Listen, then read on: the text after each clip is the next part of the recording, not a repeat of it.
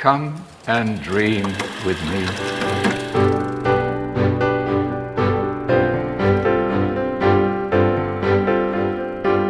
Hello and welcome to What Do You Want to Watch, the Explosion Network's premier media podcast. Every fortnight we get together to talk about movies, TV and online content and help you answer the question, with the Meghan Markle and Prince Harry interview rating so well, when can we expect the sequel? I'm your host Ashley Hobley. Joining me today, Radio Watson's Buddy Watson. I don't want a sequel, Ash. I actually want a prequel. And, like the untold interview. Like the interview when they were, like, courting themselves? Or, like, they were still in the royal family? I think so. Actually, I've changed my mind. I want something like The Disaster Artist. Like a kind of behind the scenes of the, an interview and a behind the scenes of the royal family and how that all went down. You don't have to put James Franco in it. You can cast somebody else. That's fine. Megan can play James herself. Franco as Prince Harry would be an interesting choice. Yes, also inspired. Joining us today, Take My Tone, Simon Blackburn. Heyo, I'm just wondering when the old racist guy dies. Like, that's what I'm more focused on. Which one? The living zombie, the oldest one, the one that always says the controversial stuff. That could be anybody in Hollywood or anybody in the royal family, Simon. No, specifically in the royal family. Philip. Oh, okay. I thought you were talking about Piers Morgan. Oh, well, yeah, that too. I don't think he's in the royal family. No, but he thinks he is. He thinks he is, yeah. He thinks he is. Could have fooled me the way he's carrying on. All right. Very happy to have you, our two special guests in this week. So this week we'll be talking about what's in our history. We'll be covering a little bit of news and we'll be talking about our top three for this week. But I'll quickly kick things off with a couple of things with Demon Slayer Mugen Train. Me, Dylan, and Kieran did a spoiler cast for the movie sequel to the first season of the anime TV show.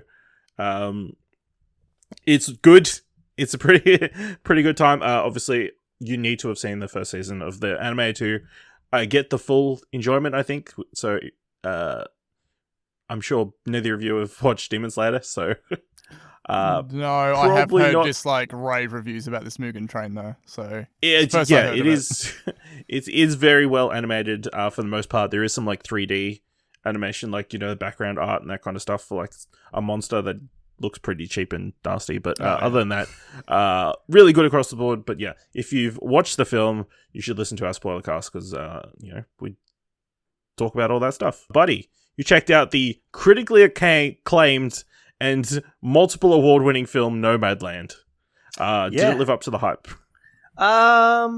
Yes and no, I guess. I had avoided pretty much all trailers for a long time and reading any real reviews, so I'd only really known that it was good and had won awards, and not for really any other reason other than that. So I kind of went in it a bit blind for me, but it was quite good. It didn't blow me away, start to finish. I think the way it's crafted and, it's Chloe, what was her surname? Chloe Zhao.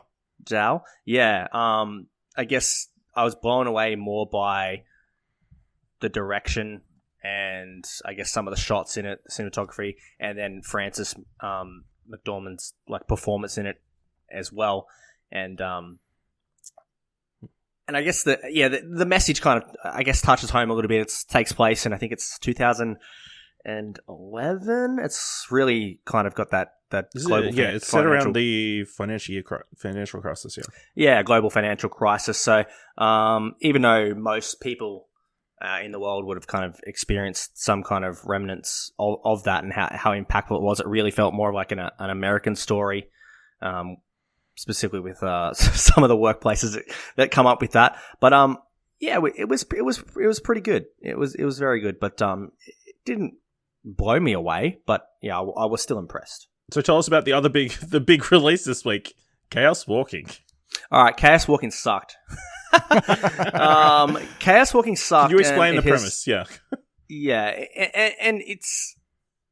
Okay, so this is the premise. This is what it reads. Two unlikely companions embark on a perilous adventure through the badlands of an unexplored planet as they try to escape a dangerous and disorienting reality where all inner thoughts are seen and heard by everyone. Specifically, it's only like a male population. One of the main actors in it is played by Tom Holland, who was a young kid in it, and he finds a kind of a downed, I guess, spaceship or spacecraft with a female, like Daisy Ridley, and he's never seen a girl before, and that's pretty much the premise of the movie. And girls on this planet, or I guess Daisy Ridley, can hear what all the males are thinking, so it's kind of put off by that. So there's a lot more explored in it than just that, but I really felt this was something like akin to all those early, the 2010s young adult novels and adaptations. Like it comes to mind as like the Divergent series, Maze Runner, with that kind of disappointment. I love the Hunger Games 1 and 2. I wasn't too crash hot on when they did, Mockingjay Part 1 and Part 2 there, because I felt that could have been one movie. But outside of that, I really feel like this is dated, and of those time, it really has that feel about it. And it kind of sucks because I was really excited to see it. In particular, there was one scene in the movie, because of my own personal circumstances, that made me really want to leave the cinema, but didn't do that. So really, really much of a big letdown, and it kind of made me start to question if Tom Holland's actually a good actor or not. When he tweeted that. So, outside of being Spider-Man, which is just kind of almost playing himself, this aloof kid, but I don't know. We got a little bit of a glimpse of what he might look like in Uncharted with some scenes as well for people that have saw it, but I was not impressed at all. Which he's already bagging Uncharted. He's like, they made me try and look buff, and I wanted to act. So I'm like, so maybe if Cat's Walking is him thinking, this is me in a film that I appreciate because I'm acting, and then you don't think that that's good, then how bad's Uncharted going to be? Yeah. Oh man, just what a letdown. The thing is, not that I had high expectations for it. I had zero expectations for it, so I shouldn't really say a letdown. But just another one of those movies. What was that film again, Ash? The tsunami one with Ewan McGregor, Naomi Watts. The Impossible. Yeah, and so he's a kid in that. He's probably in real life he's probably like 11 or something, and if separating everything from Spider-Man and all that sort of stuff, I was like, oh well, young Tom Holland, and he actually is quite good in that film. So then I think maybe anyone following him from back then would have thought, oh yeah, up and coming star, great potential. So maybe those sorts of people are even more disappointed that have been following him since the early days. Yeah, he's not had the greatest run. Cherie, or like the reviews for Cherie, are not great, even though it hasn't obviously been released yet. And something I'm keen to check out, but Devil of the Time wasn't well received either. And Onward, Uncharted obviously has had its production issues. How was Daisy Ridley? Was she? She was fine. Like I don't know if she did the best she could with what she has. Like she was definitely the more competent out of the two. And who knows? When you see stuff like this, it's kind of like, well, is it the actors or the actress' fault, or it's the direction or the script, or how? I think the character is. It feels to me like it's the script. You look at the number of people who worked on that script. It's well over two hands worth. Did it enter? Which is crazy because the first draft was done by Charlie Kaufman, which seems crazy. Yeah, that he would do something like this. Yeah. Did it enter into you set the premise for all male population, never seen a girl before, hearing the thoughts? Was it really geared around, predatory kind of stuff, or was it more innocent than that? No, not really the predatory angle. There's a few angles that they kind of have in it, and there's a few little interesting threads that I really can't say without really spoiling, but I thought, Mike, that might be cool to explore a little bit more. But that's stuff that they only really touch on with a throwaway line or one scene here or there, and nothing ever really gets explored further than that. So I feel like the most interesting parts that were in it were the stuff that they didn't really kind of plant dig the seed, into. But so yeah. It's almost like they went back to that safety net of all right, let's make it how like I said, with all these young adult novels and adaptations and stuff like that from It's like a 2010. decade too late. Yeah. Yeah, that's what I feel. This movie would have maybe done a lot better 10 years ago.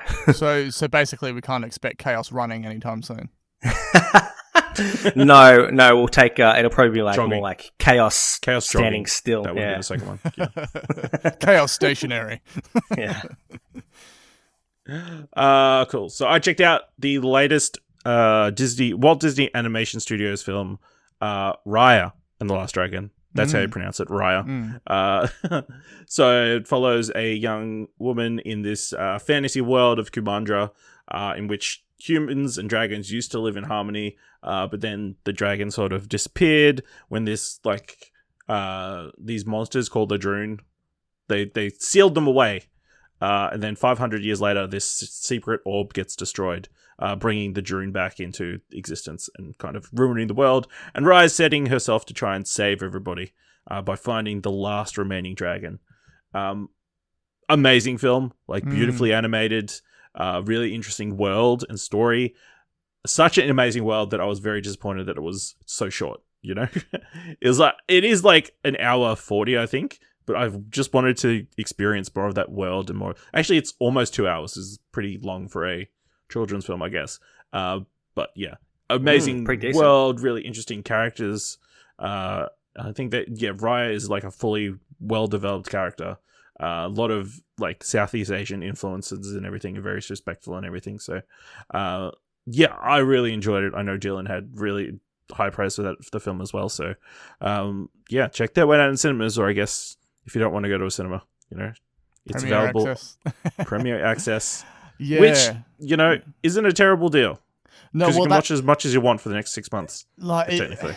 And that's sort of the thing. When they pre-announced this, because Soul was released not on Premier Access, I thought, maybe they've done away with it. It didn't work out with Milan, clearly, sort of thing.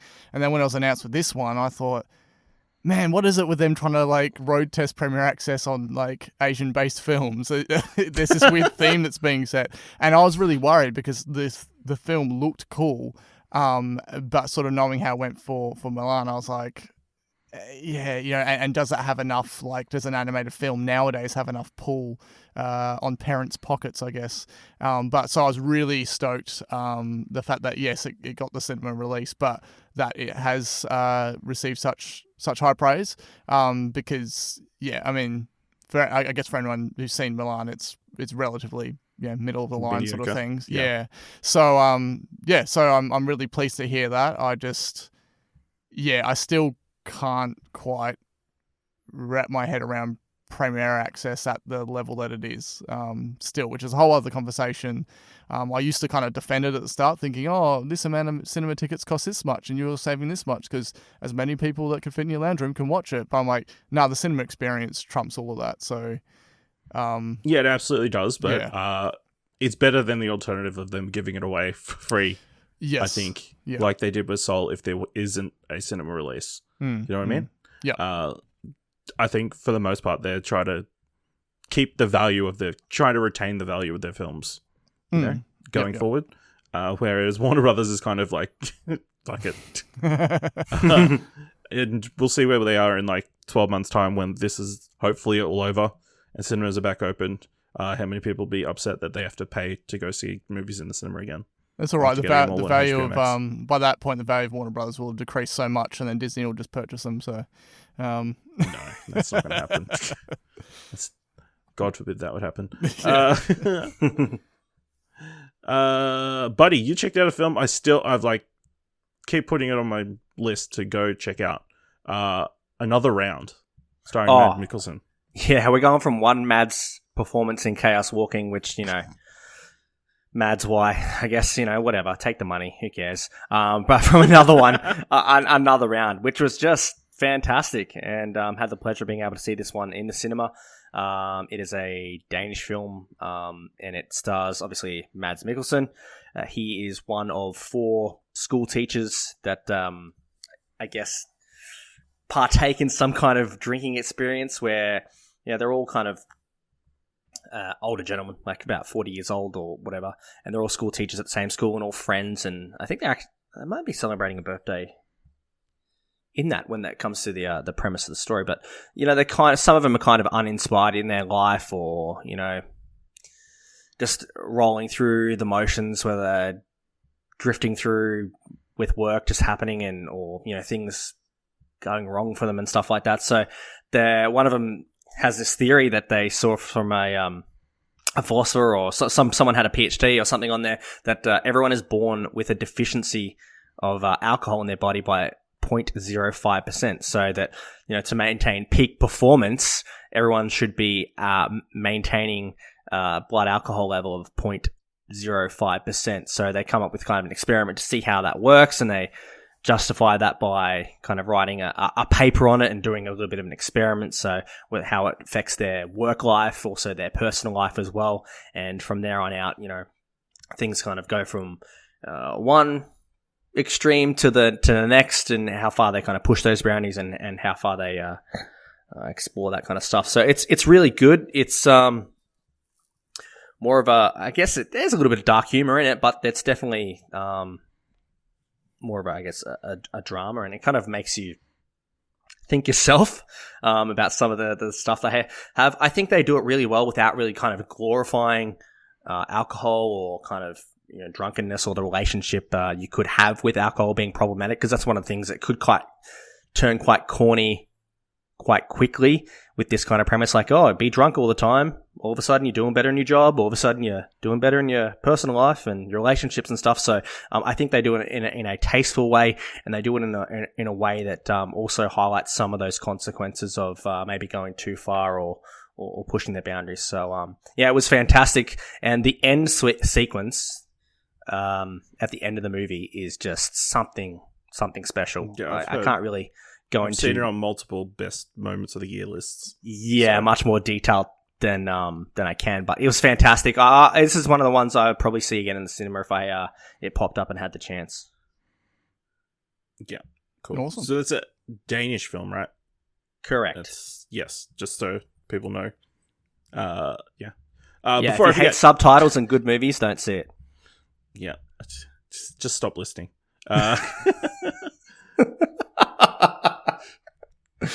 Before I forget, if you go see Raya and the Last Dragon, they've got a short in front of the film, which I don't believe they've put on Disney Plus, called Us Again. Very cute little short film about an elderly couple.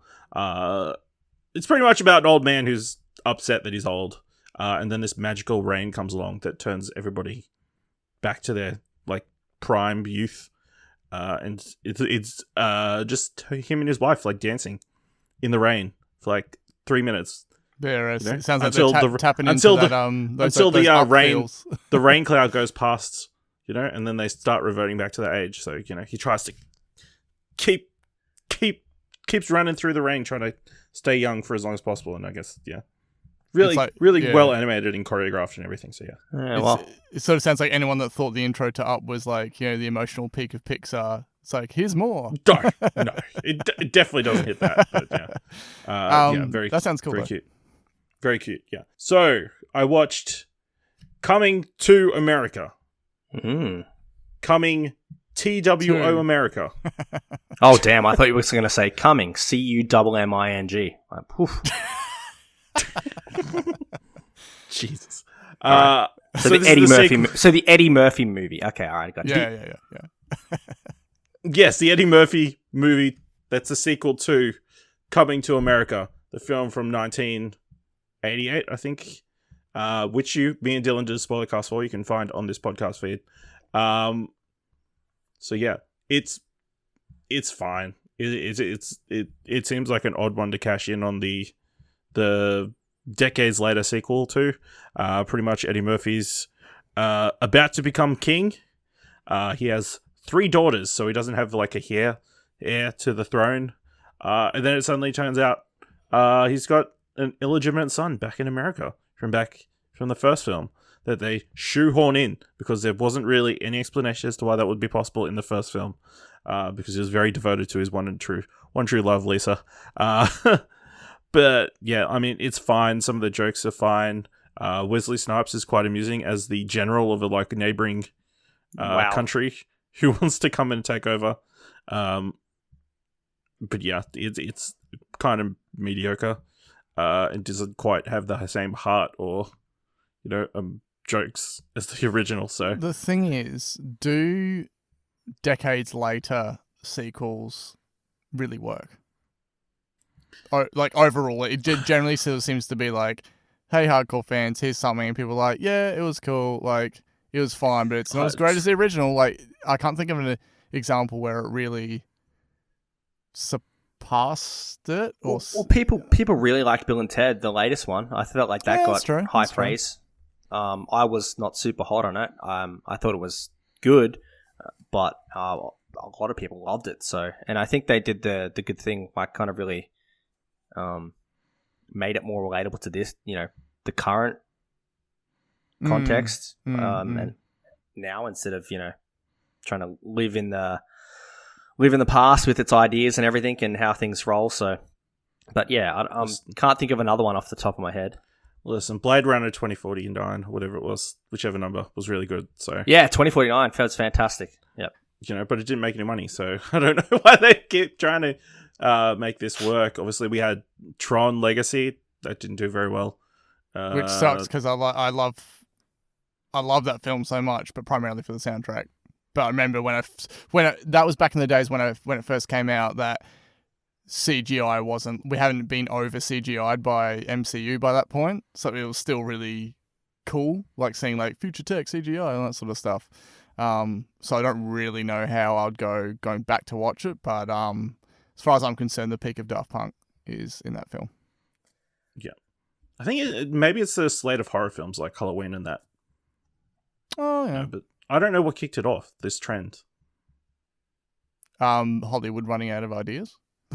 That's Creed. True. There you go. Creed. We spoke about Creed. That's what it was. I think that is what kicked it off, like the rebirth of the franchise. Yeah. Well, you think about like Terminator Salvation, how that was one of the films as well, and then Hollywood continuing to remake films, specifically the horror genre is like rampant with them. Even like Let Me In being a remake of Let the Right One In. Yeah, that was not too... well, it's a remake, that's different. Yeah, but then like cashing in on franchises and stuff like that. So even Die Hard, they kept going with. It's just like unoriginal ideas and relying but on... there wasn't like 20 years different movies. Trotting out the old cast. Well, there's one, Wall Street as well. I never even Wall saw Street, yeah. I feel like we're about to enter into the remake versus reboot rant from Mad Max? Jane Silent Bob. Mad Max. Yeah, Mad Max is the... Mad Max. Yeah, wow. Mad Max is an odd one. It's like, it's not really... It's like a reboot almost. All right, and here's one that I really hate. Independence Day Resurgence. Yuck. I fucking hated that. Which one? Independence Day 2. Oh, Independence Day. Oh, okay. Yeah. We all kind of wanted that out of our memories. Yeah. Yeah. What was the Will Smith movie that he didn't go into so he could be in Independence Day? Don't know.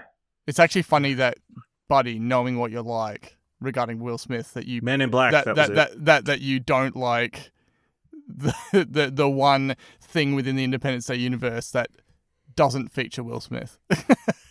Yeah, not a fan of Will Smith. Except for I feel like his peak Men in Black, and then after that it's just like, yeah. Well, actually, that's probably not fair. There are some really good films, but then I think past 10 years at least. Yeah. Anyway, moving on. We digress. Yeah, we do digress. So yeah, coming to America on Amazon Prime. If you got Amazon Prime, and you've got nothing else to watch, check that out. But if you got Apple TV Plus, there's a lot of stuff for you to watch, isn't there, Simon? This is true. How about we kick things off with the Billie Eilish documentary? Oh, damn. Yeah. Well, I was kind of wish like Dylan was here for this too, because I know that he was keen to watch it. This is really cool because I love music documentaries anyway, regardless of if I listen to the person's music or whatever. And I can very much distinguish a good music doco from one that's kind of lazy. And this one's good, I reckon. It's just really kind of portrays the involvement of how integral her family is in more in the way that they support her. It was less like, oh hey, let's make you a star sort of thing, and it's more like, we're here to support you through like your struggles with creativity and not being happy with things, even though, you know, people like your brother who's writing the stuff with you is saying that it is really good. And yeah, so it was good to get an inside look to all that. They do a bit of stuff with like her and her first kind of like serious relationship and all that sort of thing. And I think the good thing. Let me just say, fuck that guy. Oh yeah. Yeah. I know like he's got his own her. personal issues and that kind of stuff, but fuck Yeah, that guy. I know, it's crazy. I'm like, But Billie, you deserve better.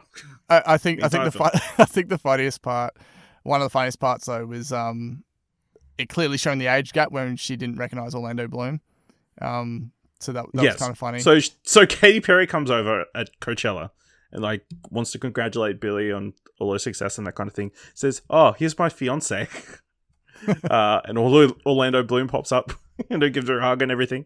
And then it cuts back to a dressing room, and her brother and her friends and all that are going crazy about Orlando Bloom, explaining he's from Pirates of the Caribbean, and then Billie freaks out. But you know, the funniest part about all of that is the last thing I remember about Katy Perry and Orlando Bloom is those like, you know, soapy magazine beach shots where it's like she's on the paddleboard and Orlando's behind her and he's like naked or whatever, and I'm thinking like in the back of my mind thinking, oh, that's cringe because that's all I can think about right now. And then they go into like the room that they're all staying in, and the brother and the brother's girlfriend are like, oh look, there's a picture of him, oh he's naked, sort of thing. Number one, Google search it.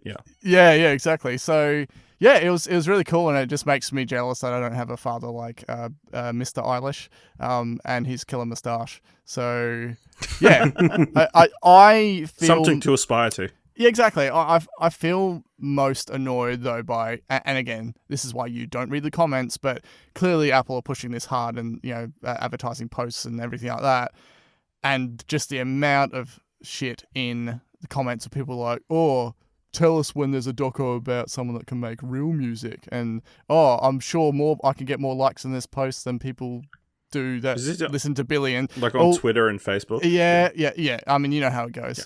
So yes, considering I know her music well enough, but I don't actively listen to it, but I definitely appreciate the style and experimentation on that. I was hooked to watch it start to end, so I think it's a pretty good sign. Yeah. So I watched this one as well. Really great documentary. A really good look at her family home life. It's like obviously shot over like several years. I don't know. Felt like maybe her mother was like shooting. It's like some of the camera footage, or I don't know how they got so much stuff. But yeah, it's crazy stuff from like him and her and Phineas like making Bad Guy and a lot of the other songs on her first album. And even including like them working on the next Bond theme on the bus, recording it on the bus. Yeah. And like I like tangentially obviously know her from like, obviously her music was everywhere. Bad Guy was pretty much in every single movie trailer for like a year straight. Yeah, so to see the struggle she's had to overcome, she's got like Tourette's or whatever, and like struggling with the fame, and you know, home life, and she's only like 17, which is bonkers. And then also her body not being up to performing all the time. Like she full on gets shin splints, and she goes to Milan or somewhere in France. She like sprains her ankle right at the start of the show. Right at the start, and then wants to bail, and then they send her out anyway, and yeah, and just her attitude to everything, and kind of a really interesting look at somebody. Yeah, it's very interesting because it clearly there are some real sort of like, I mean, you know what it's all like, you know, like teen journey with like handling changes in how your emotions come out and everything like that. So I think people have this perception of her as being like, oh, I'm too cool, I do this whispery sort of stuff, and just like I'm a rock star sort of thing. Or cheer up. Yeah, cheer up. Don't be so. And I'm like, it's clearly this. I feel like her stuff is so much separated from, hey, here's like a marketing package of a of a persona that we've created. It's kind of like she's presenting as truer to herself as possible, sort of thing.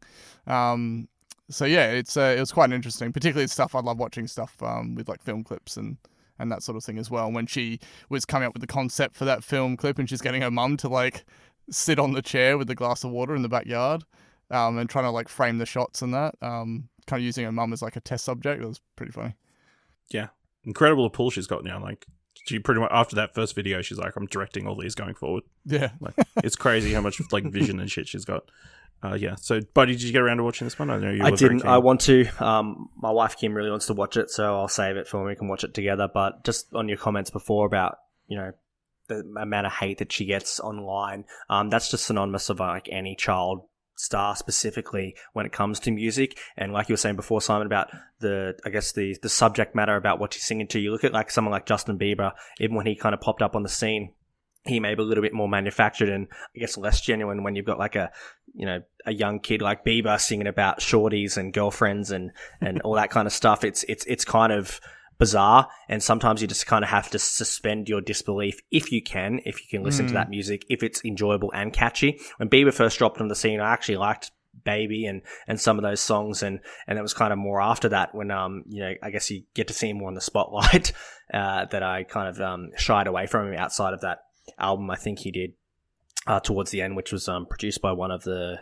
more prominent dance artists. I can't remember who they were, but the same thing with Billie Eilish. I love her. She's fantastic. I think that what you were saying before about the subject matter that she sings about it resonates more specifically with people of her age bracket, and even to a degree with some people, their mid-20s, early 30s. It's kind of something that's relatable for everyone, like anxiety, depression, maybe self-deprecation, self-esteem problems, and that's all kind of in her music. And when she sings that and has that, it does feel genuine. And just because her brother is helping her do the music or whatever, that is, big deal. So there's a lot more authenticity when it kind of comes from her. That's what I feel in her delivery, in her music as well. So yeah, I really want to see it. Cool. Yeah. Speaking of Bieber, she pops up in the film. Yeah, she's I was a gonna massive say. Bieber fan. Yeah. Like Spoiler great. alert. She was like one of those Bieber fans. Yeah. As a kid. So yeah, that's pretty amusing to watch. Staying on Apple TV Plus, Simon, you watched the Justin Timberlake film Palmer. Yeah, so this was interesting because it had a bit of a run up, but I instantly, I had like a date and everything, but I do enjoy JT in films. So I decided not to even try and like look into the story or anything like that. So I went into it completely fresh. But quick sort of rundown. He's basically done his time in jail, and he's returned back home, and he's sort of like back living with his grandma, and he ends up meeting this lady next door, Juno Temple, of Ted Lasso fame, and she's essentially living in a trailer, and she's got drug issues and stuff, and she has this little boy's probably around 8 or something, and they're living in an area kind of America as well, and so maybe like a neighborhood that wouldn't be exactly overly welcoming of any aspects of homosexuality and things like that.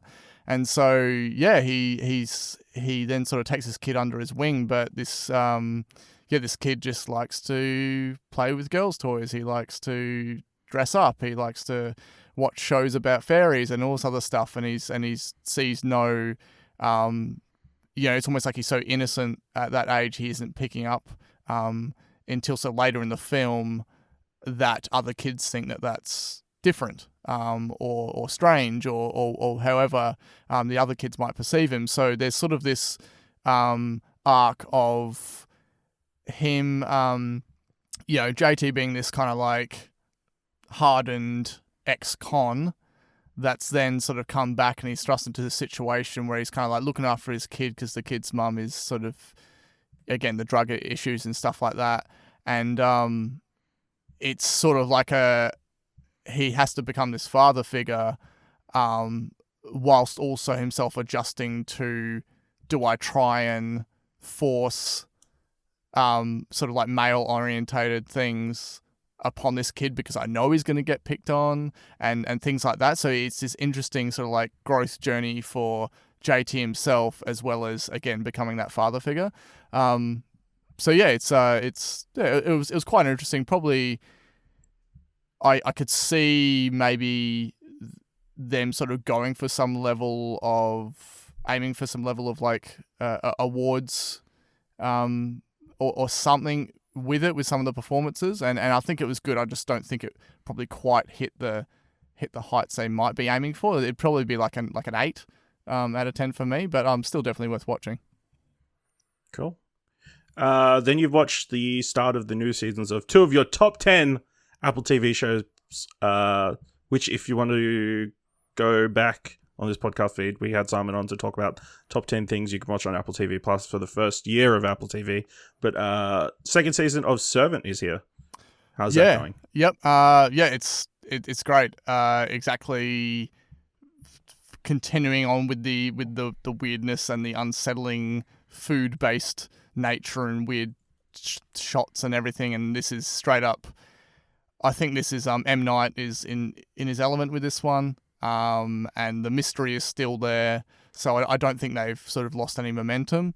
And yeah, this is like a lot of the TV Plus shows. This is a weekly release. So yeah, it's certainly sort of continues as expected whilst keeping me intrigued. And what about For All Mankind, season 2? Yeah, so this is probably only 3 episodes in at the moment, and this is one of the situations where you go from you watched a season of something a year ago, and then a season 2 drops, and it begins with a time jump, and this is one of those ones where you kind of, sometimes you think, oh, maybe I should have gone back and watched the last 2 episodes to refresh my memory. So I felt like I kind of started off a little bit on the wrong foot. I kind of like, oh yeah, this character's involved. Oh, this is where they are now and things like that. But yeah, by the end of episode 1, I was definitely kind of hooked again. It's just more trying to, again, adjust to certain younger characters have grown up, and there's a clear shift from the period of time they're in. This is like a 10 plus year time jump. So, yeah, it's still definitely worth it. I just don't probably think it quite has the sort of level of, epic journey into space of that, because they've already done that in season 1. So it's sort of like now it's more about the conflict with Russia and things like that. Cool. All right, buddy, you've watched a couple of films that I want to hear your opinions on. You checked out The Dry, which apparently everybody in Australia has watched except me. We'll go again, Ash. Yeah, Kim was pretty upset I went without her. This was unbelievable. And once again, another film that I walked into kind of with really no exposure to trailers or kind of any other musings than that it was quite good. Eric Bana is fantastic in it. I actually think everyone in the cast is fantastic in it as well. There's a really cool, I guess, thing where they're going from present day back, having some flashbacks to when Eric Bana was a kid as he's revisiting this town, in the remote Australia that he's coming out to for a particular reason. And yeah, I think that's the way that they do that. Sometimes flashback scenes can be really annoying, especially the way they're intertwined into films, but I feel like this is done quite well. It really showcases and really encapsulates like Australia's identity in it with and specifically probably remote towns. I guess some people compared it to like Wake and Fright, with how that kind of captures that sense of how a small town and kind of how a small town like that thrives and gets by, and the people in its town do that. So yeah, it was unbelievable. Really caught me off guard, and that particular film genre was like mystery thriller. That's generally right up my wheelhouse as well as far as my favorite film genres. So yeah, it was excellent. And to hear that they're kind of doing a sequel, I think Dylan told me, and that they're possibly writing a 3rd book, and that they might be doing turn that into film one day as well. Yeah, it's awesome. I kind of feel like that when an Australian film gets such high praise of general public and Andrew from The Curb, then it's definitely worth going to see. But if it's yeah, popular and Andrew likes it, it's yeah, like exactly. crazy. I am kicking myself that I haven't even seen this yet because I was kind of like I was. So it's you and me. We're the last two people. Exactly. I was kind of talking about this up until its release, but I really want to go, and then it's just like I guess like classic parent life and everything else going on. Each weekend it comes around, and it's like, oh crap, I haven't gone to the movies, and it's like it's still showing at my local cinema, so I just have to try and sneak in a watch because I don't want to watch it on TV. But yeah, everything about it ticks all the boxes for me. And funnily enough, currently Eric Bana is filming right now in a town 4 hours away from me. So which sounds far away, but when you're in WA, that's close. Yeah, exactly. That's a stone's throw. But that's crazy. So you can't even. It's in a place called Bremer Bay, and it's like you can't even actually get into there unless you live there. Like it's being sectioned off because of filming. So yeah, that'd be cool to see too. But yeah, I must make it my mission to watch this soon. Otherwise, I don't want it to be a situation where it's like let the hype get to you. But I feel like it's kind of like on that level where it's not like a worldwide Hollywood sort of thing where everyone's talking about it. So I'd probably be pretty safe.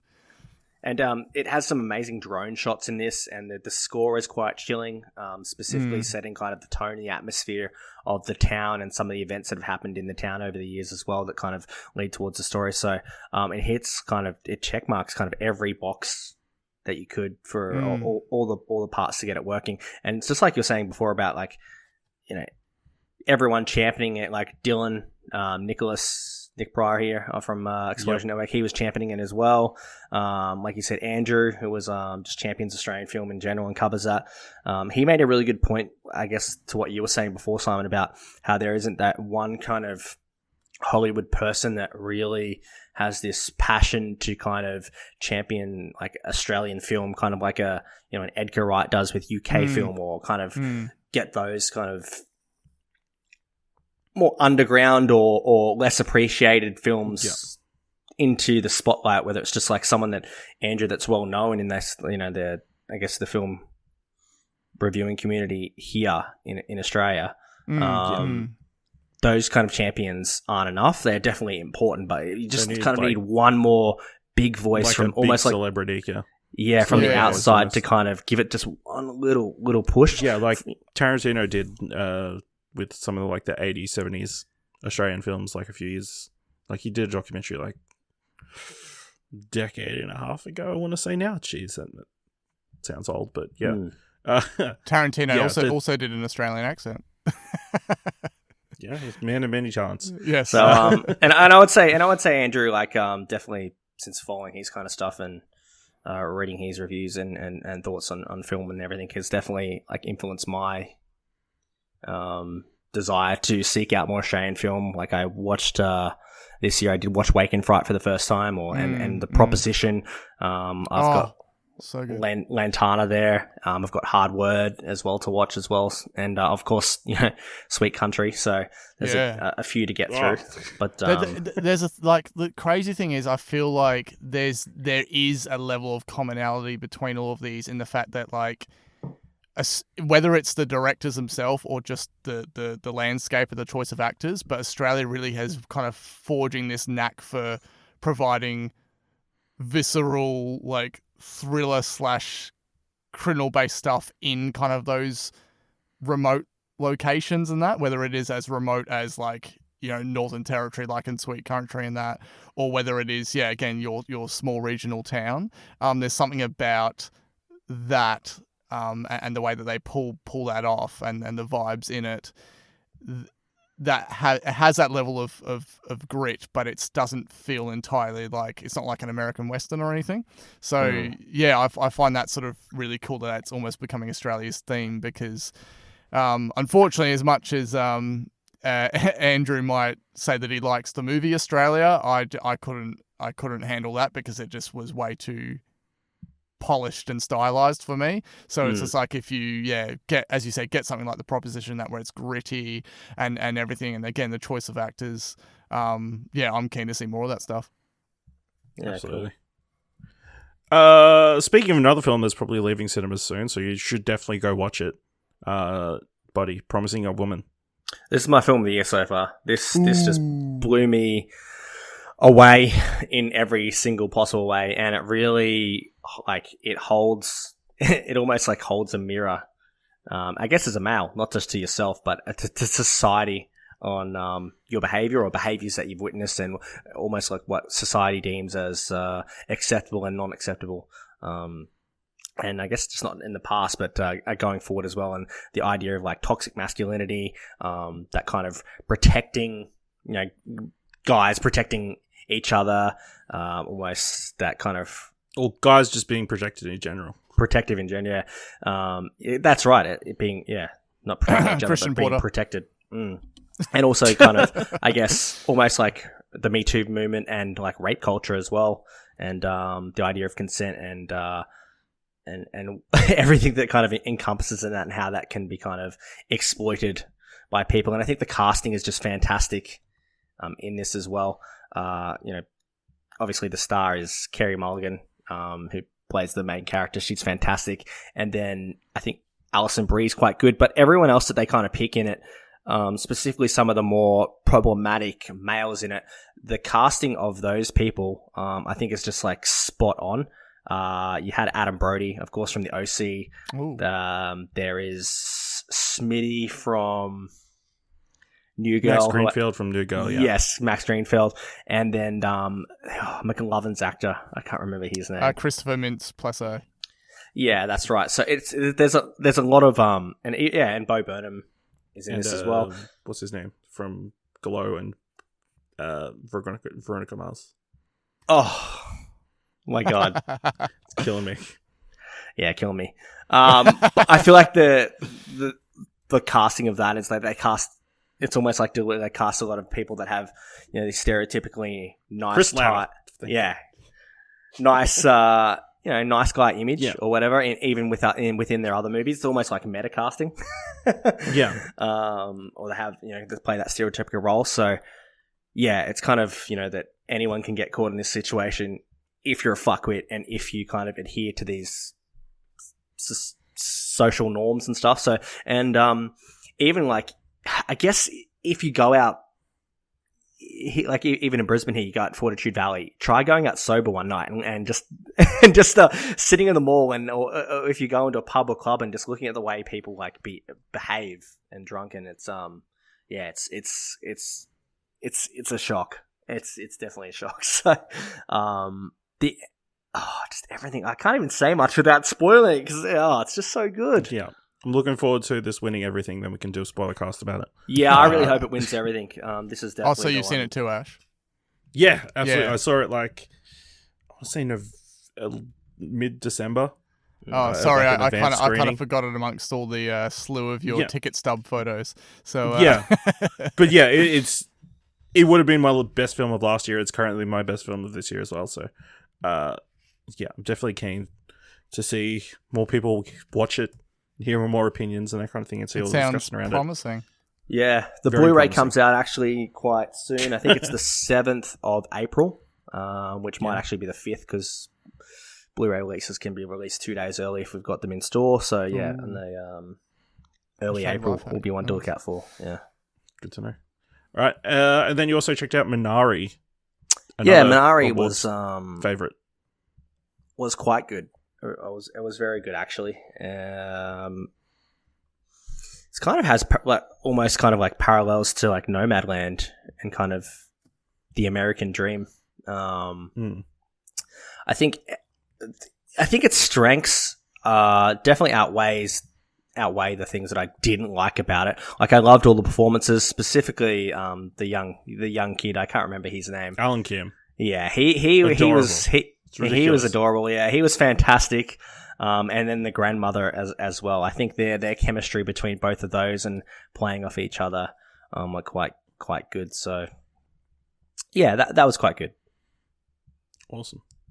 All right, Simon, you've watched a couple of older things. You checked out Ruby Sparks, available on Disney Plus Star.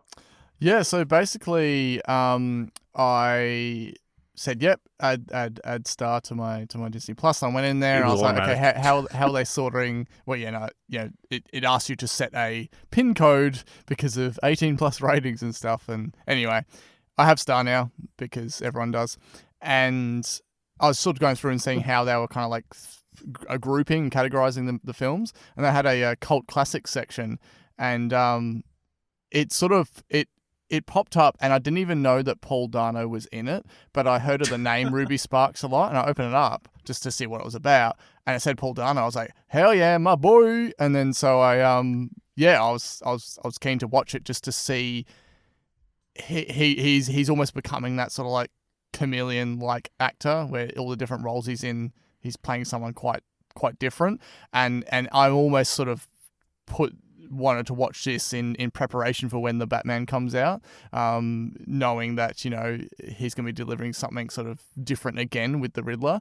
So I thought it was quite good, sort of almost like that sort of like had that bit of indie charm to it, and I kind of weirdly saw a lot of myself in him, even though I'm not an author writing about a fictitious girl, but there was just some elements of the of kind of like the nervousness and the dorkiness and the lack of a prominent chin that I related to. So I thought it was quite good. And I guess you're probably going to lead into the next one, which was also. Well, I was going to say that's a film that I watched like in cinemas when it first came out. I would have been interested to watch it now and see if it still kind of holds up, because obviously the whole premise is he's an author who writes about his dream girl on his typewriter, and she suddenly appears. Yep. And that sort of control that he pretty much has complete control of her, which is kind of a weird, and her kind of realizing that to a certain extent. The male fantasy. Yeah.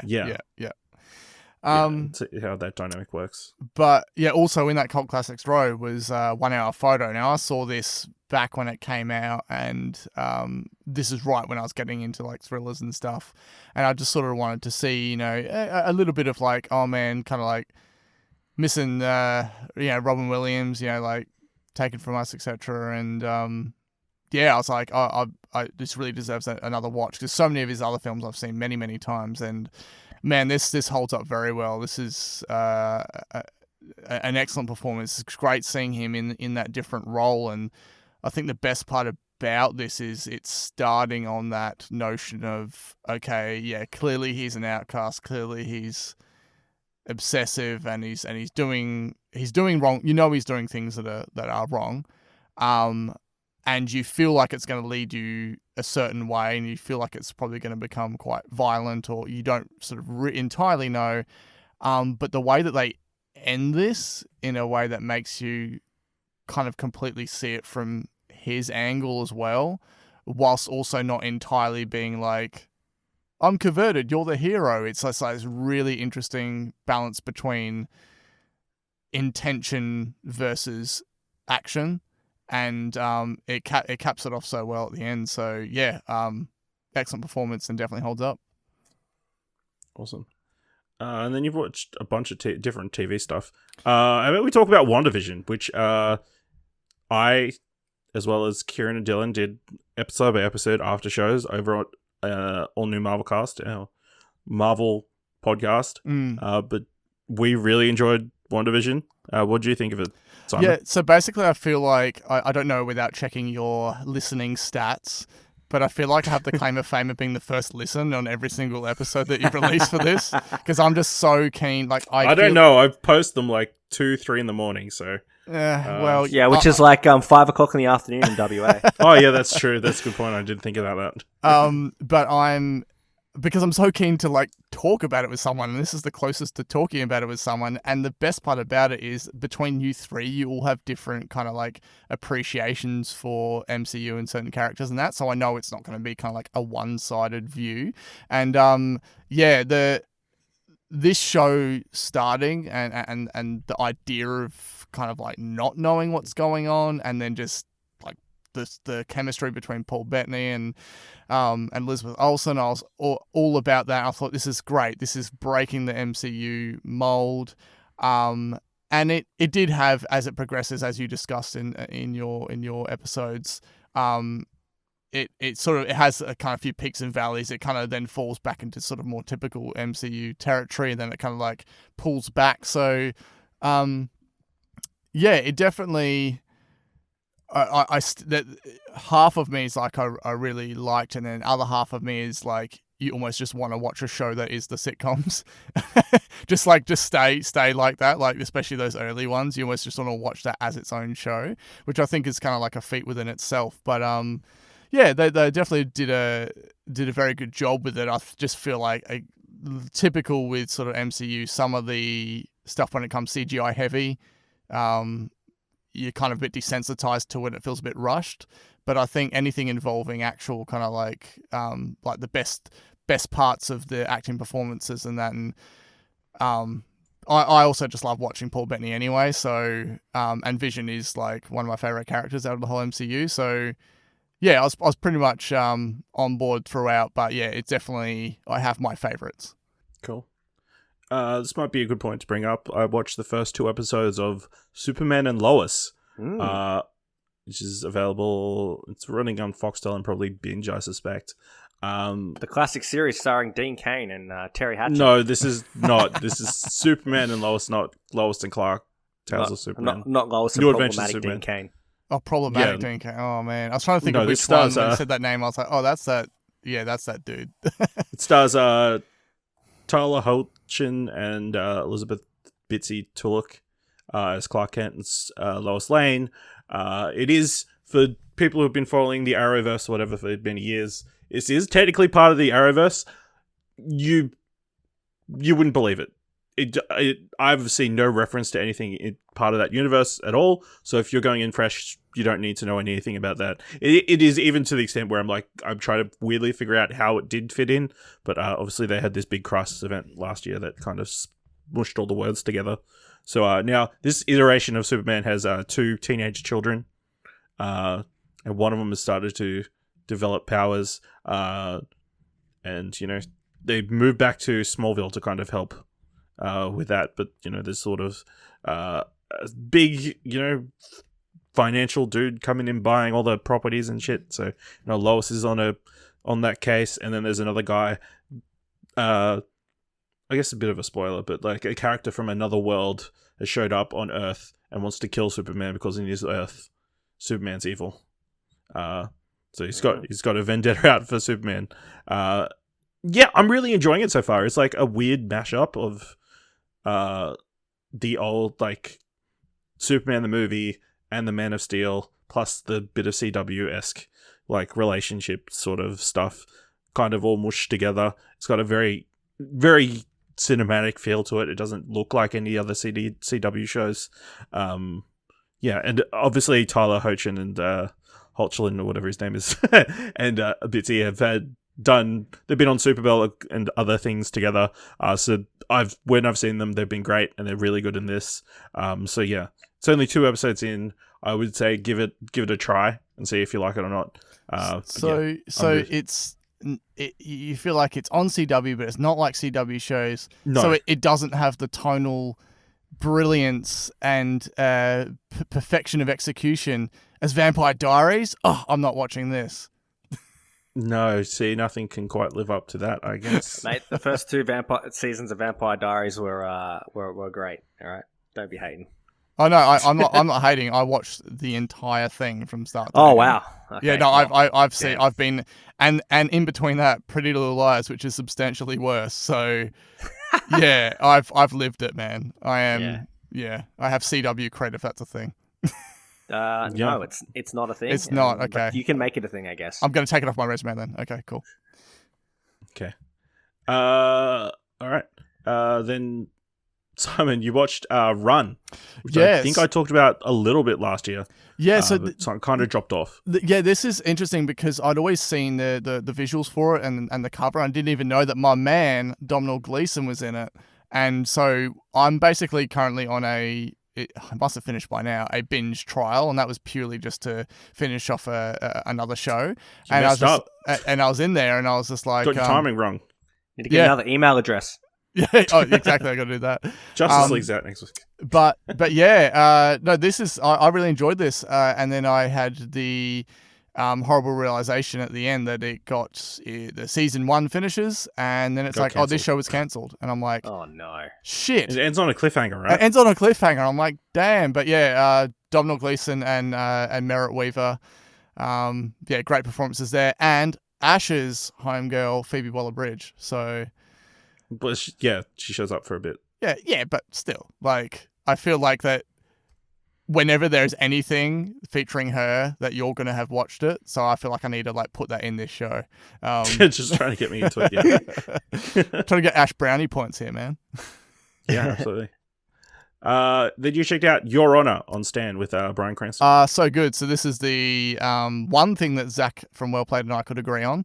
Well, you don't like Hawaii? Yeah, I'm not a Hawaiian like he is. In joke. Anyway, so yeah, Your Honor, Bryan Cranston. Enough said. Watch it. Well, there you go. Enough said. Okay, Watch yeah. it. All right, That's cool. it. That it's awesome. I just top tier crime thriller. Brian doing what he does. Too many reviewers making comparisons to Breaking Bad when it's clearly a different show. Ugh. And if you look into Metacritic, Rotten Tomatoes scores, it doesn't live up to what I thought of the show. So, yeah, I just don't know whether there's a follow-up coming to it or not. I kind of would like it to just be its self-contained thing, but yeah, we'll see. Okay. And then you watched something that I think I talked about last episode, Flora and Ulysses. Yeah, so I put that in there Super squirrel because you film. talked about it last episode. I watched this with the kids 3 times.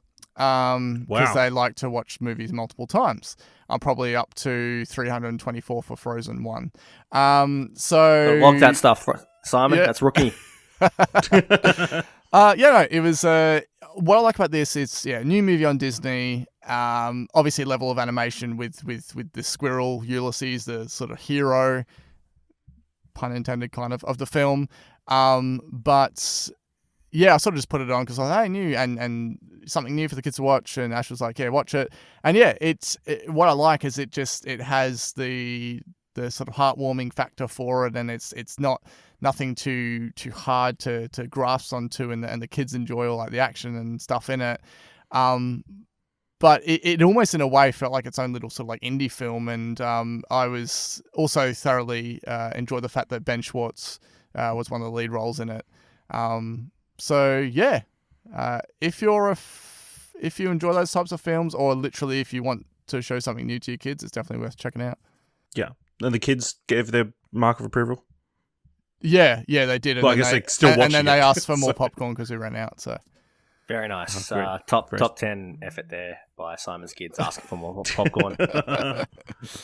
All right, and then you've been binging a couple of sitcoms. You've been watching a lot of Workaholics, I see. all of it, Yeah. season 1 to 7. Now, what's crazy about this is I'd always heard about it, and I forget the name of the film. What's the film that came out with the 3 guys in it?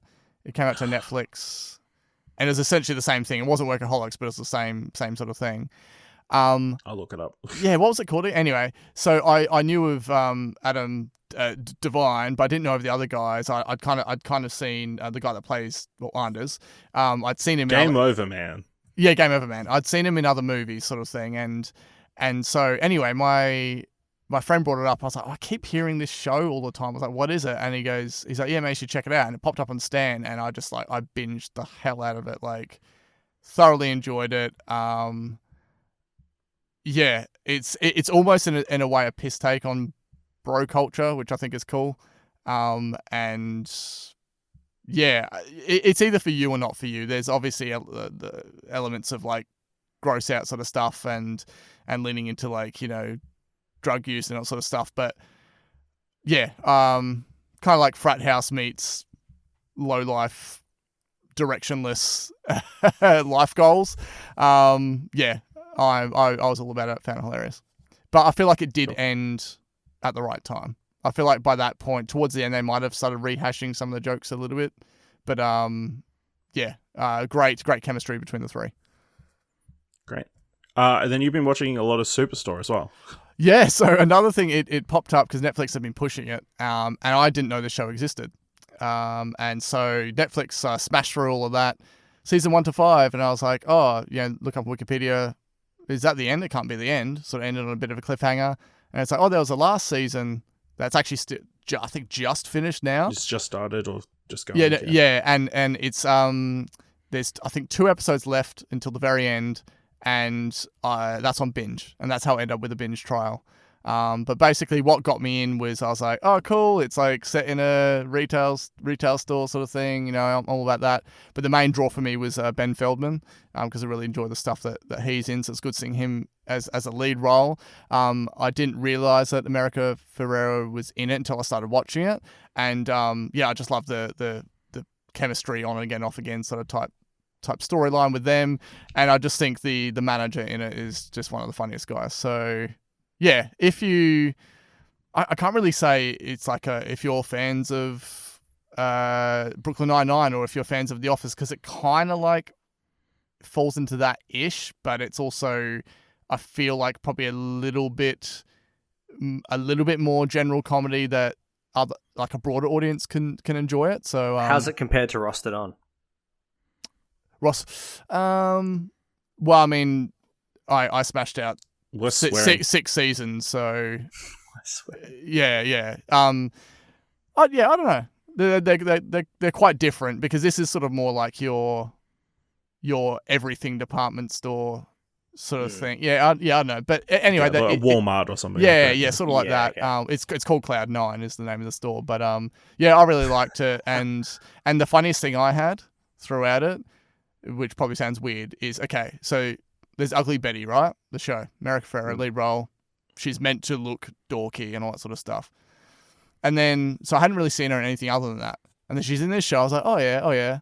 I was like, Ugly Betty's kind of hot.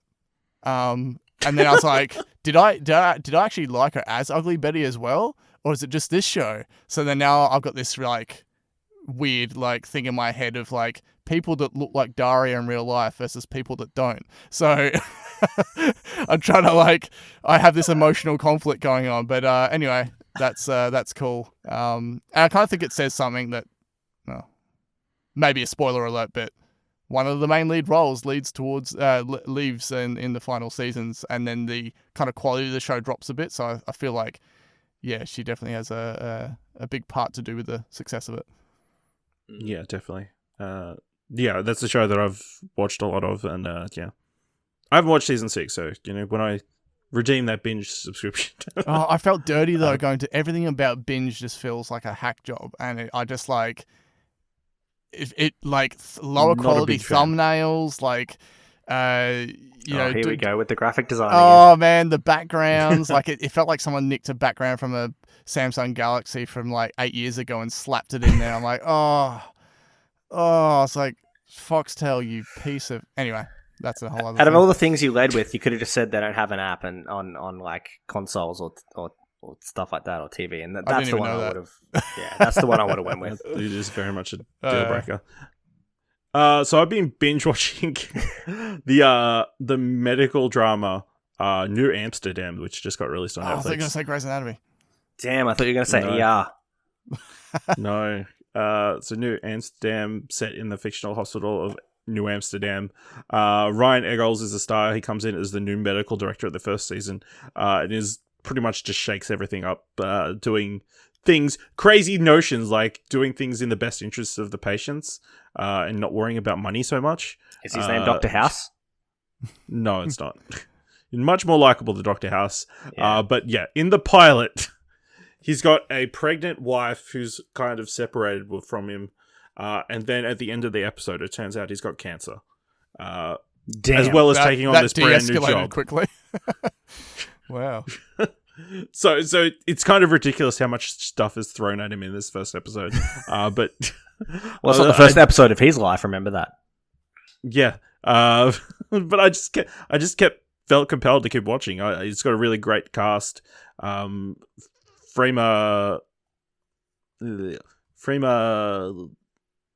Aggerman, who people would probably know from Doctor Who. She played Martha Jones, is in it, as well as Tyler Labine from Reaper or Deadbeat or Tucker and Dale vs. Evil. He's in the show as well.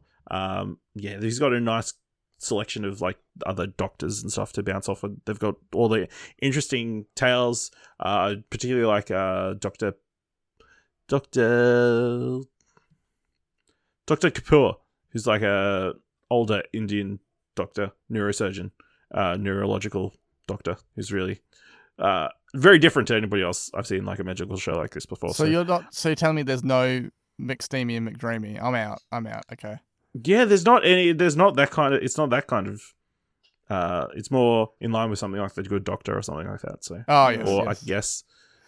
I guess like ER. It's been so long since I've watched ER, so I feel like obviously the romance and that kind of stuff is very much on the back burner in that.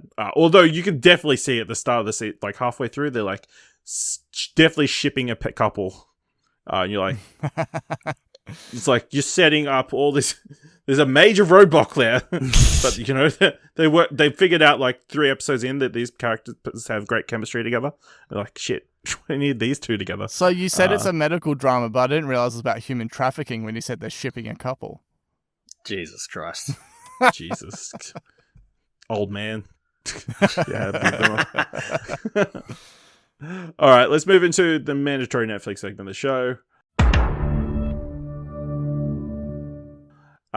So I checked out the Amy Poehler directed film Moxie, which follows set in a high school in America. Young girl realizes sexism is a thing and like starts a Zine to combat it. It's a really nice, enjoyable film, but it is kind of weird that it feels like they invented feminism in this film. And really, it's like they figured out that all boys are shit. And like, but yeah, really good young cast.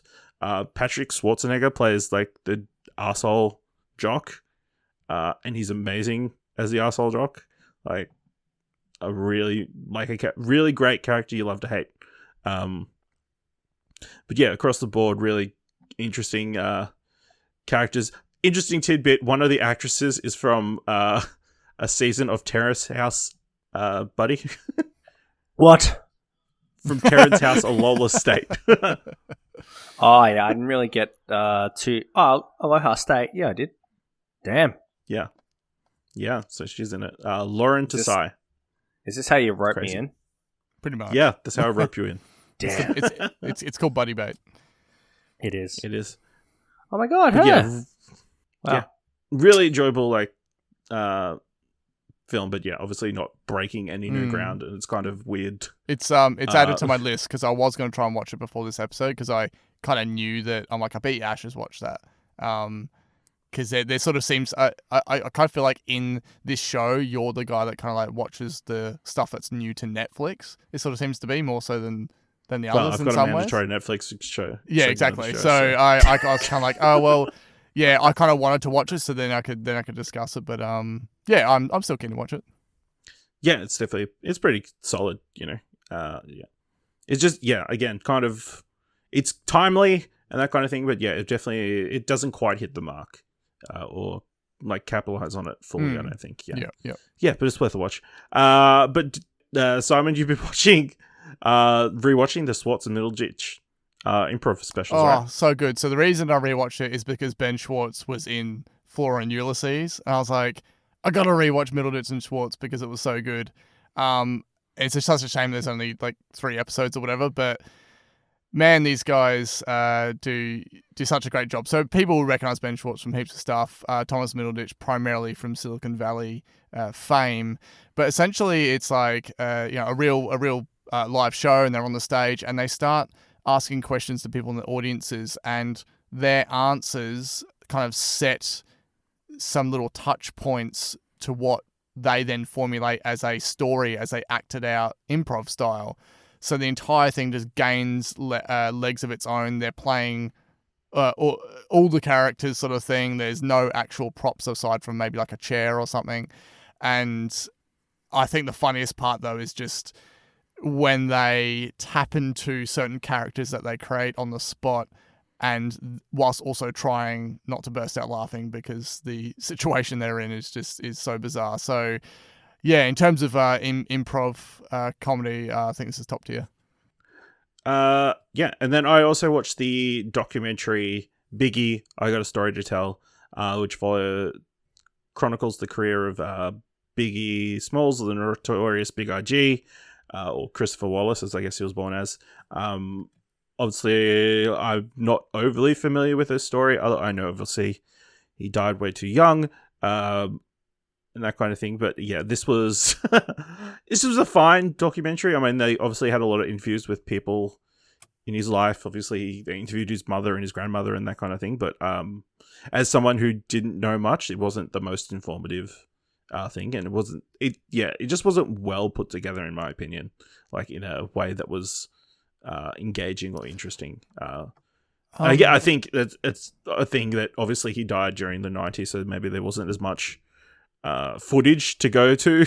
Like a lot of the footage they use is from like radio interviews and that kind of thing of him. That I guess they just filmed everything at that point. But yeah, Buddy, are you that familiar with Notorious or? Some of the music, and then obviously the circumstances how he got gunned down. Yeah, yeah. So I'm kind of interested to watch this when I saw it pop up the other day. I feel like he's sort of like he's in this really weird pocket for me where it's like extremely highly revered musician that I know nothing about. People throwing around stuff like greatest rapper of all time and things like that, and it's just sort of just like I'd be happy to watch it, but at the same time, it's like I don't have any connection. It's like, say, something maybe like the Tupac movie, which I haven't seen. I know a little bit more about him, so I feel like there's at least some footing to kind of watch it. But yeah, definitely. All right, well, that's everything in our watch history. Let's move into a bit of. I've got a bit of Netflix news there for you, Ash. Oh, you do? Ooh. Yeah. Ooh. I'll give you a hint. 2 hints. This is a quote from what I watched. Is Wayne Brady going to have to choke a bitch? Rick James, what's the bitch! Chappelle Show? Chappelle Show available on Netflix. Boom! Chappelle Show's back, all 2 seasons. Yeah, and I watched that, binge that hard within a week or a couple of days. God damn, it's funny. It's inappropriate. It's definitely a product of its time with the kind of the format and some of the subject matter. But it is just eyes-watering, hilarious at points. So, what did you think of his stand-ups that he released through the last sort of like year or so or whatever? I only watched the first one. I didn't watch the second one. I thought the first one was good without being like crazy, groundbreaking, everything, or anything like that. But I thought it was quite good. I kind of just like Chappelle as a person, and I like him the way he kind of addresses matter, not just with his humor, but with also kind of some of the serious stuff and how he talks about that as well. You see little bit of glimpses on it in the show here and there. But yeah, I really like Chappelle, and I'd only kind of really seen snippets here and there on YouTube or all that kind of stuff at the time, because YouTube really hit big around 2007 or whenever I was watching it, 06 or 7, and then I feel like a lot of these clips were some of that stuff that was what kind of went viral or was popularized on that platform, or a lot of people's first exposure to it. So yeah, it was quite good, and it was quite good to watch from start to finish. So cool. I'm really happy that he got paid. So. Get the man paid. Get the man paid. Yeah. So that's everything that's been a watch history. Let's move into a little bit of film news. The big story, acclaimed writer Ta-Nehisi Coates is set to write a new Superman movie for Warner Brothers. Of course, this is the J.J. Abrams produced film. As far as we know, it's not going to be anything to do with the Man of Steel or anything. And the big rumor going around is the project is being set up as a Black Superman story. According to sources, this is something the studio has been trying to wrap its head around for months, if not a year or two. Michael B. Jordan tried to develop a Black Superman project when he first arrived at the studio with his deal in 2019, but that did not go very far at the time, according to sources. It's possible that the studio could return to him to start down the line. Of course, Ta-Nehisi Coates were well liked and well regarded within the African American community, writing books like We Were 8 Years in Power, An American Tragedy, The Beautiful Struggle, The Water Dancer, Between the World and Me, and had acclaimed runs on Captain America and Black Panther, the comic books. Yeah, so it's a very interesting choice to write the film, and especially a really interesting direction that they're potentially going with Superman. What are your guys' feelings on this? I think is this the shake-up that they need, or I think the main hesitation, pretty much the only hesitation I have with this is J.J. Abrams, because he dogged us on Rise of Skywalker. So, yeah, I kind of have it like I used to but this time love they'll have a everything that script he beforehand. did. Yeah, exactly. So like that's sort of like a little bit of a little bit of joke there, but it kind of left a little bit of bad taste in my mouth after Rise. But everything about this, I'm keen to see. I just, anytime there's anything like this, you just brace yourself for the headache that is the shitstorm on social media about why does everyone have to be black, blah, blah, and also, and it's going to happen, and it's just going to be horrible, and there's going to be like so much division and racism online, and it's unavoidable when someone takes a leap like this. But I myself am all for it. Like, I'm keen to see what he does with it. Buddy? Yeah, why not?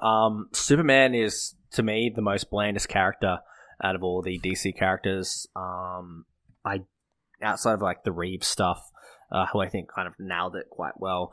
I feel like the Brandon Routh character, even Henry Cavill, Man of Steel, I feel like it's really hard to get Superman right because he has so much power, and then he's kind of this, trying to kind of to fit in or feel like he doesn't belong, that kind of thing. It never really kind of vibes with me or kind of works for a lot of the times. That's why I don't know. I just dislike Superman as a character in general. So if they can do something to kind of give him more depth or make him more interesting, then I'm all for it.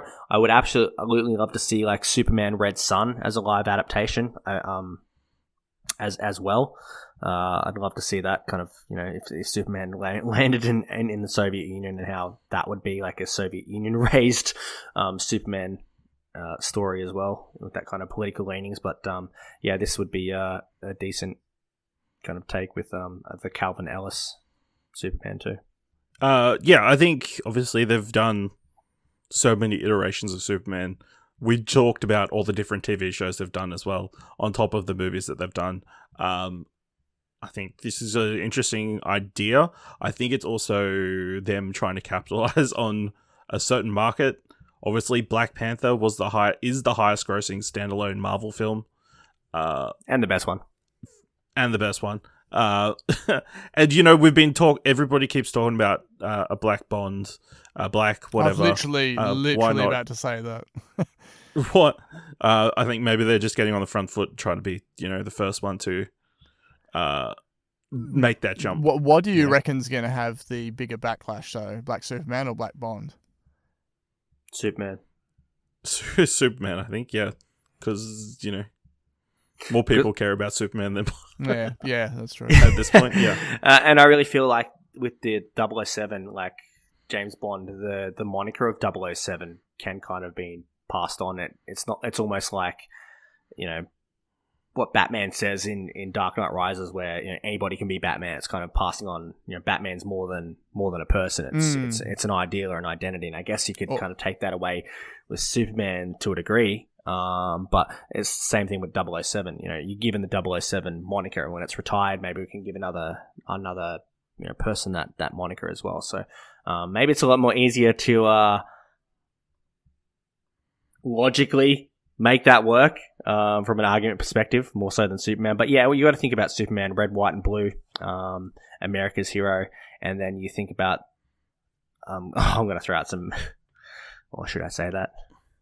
Yeah, just the racial divide in not just everywhere, but you see it you see a lot of it in American stuff with politics and that kind of stuff. Red state, blue state, which is not not saying that every red state is racist, but just that kind of and like you said before, the Black Panther and the mentality and the backlash of that, and I'm guessing you might see some of that coming up with Captain America as well. It's separate from superheroes. We've seen it enough when they announced the casting of the upcoming Little Mermaid. And I was just like, because I'm fully keen to see that, and the amount of like, it was such a shame at the time to see the amount of like people around my age that are mums with young kids all gathering together, being like, yeah, but Ariel's got red hair, so she has to be white, pretty much, because she has red hair, sort of thing. Like they're changing it for the sake of changing it. They're kind of like taking it away. Like they've, why can't they just create a new mermaid with it? I'm just like, oh, just fucking get over it. and that's Little Mermaid. You know what I mean? Like it's not. Yeah. Yeah. Then there's always the argument of is it a good idea at all to have characters changed race at all, or should you just use original black characters? Obviously, that's easier said than done. But yeah, I think Ta-Nehisi Coates is obviously someone who's tackled those political race vibes and divides and that kind of stuff in his work. So I wouldn't be surprised if it's very much a story about that. And I'd also expect it to be very much standalone, much in the way like a Joker was, like not having to tie into anything else. Yeah, movies were better when they didn't have to tie together. I'm just saying. Yeah, we totally got that Black Green Lantern character, a while ago, didn't they?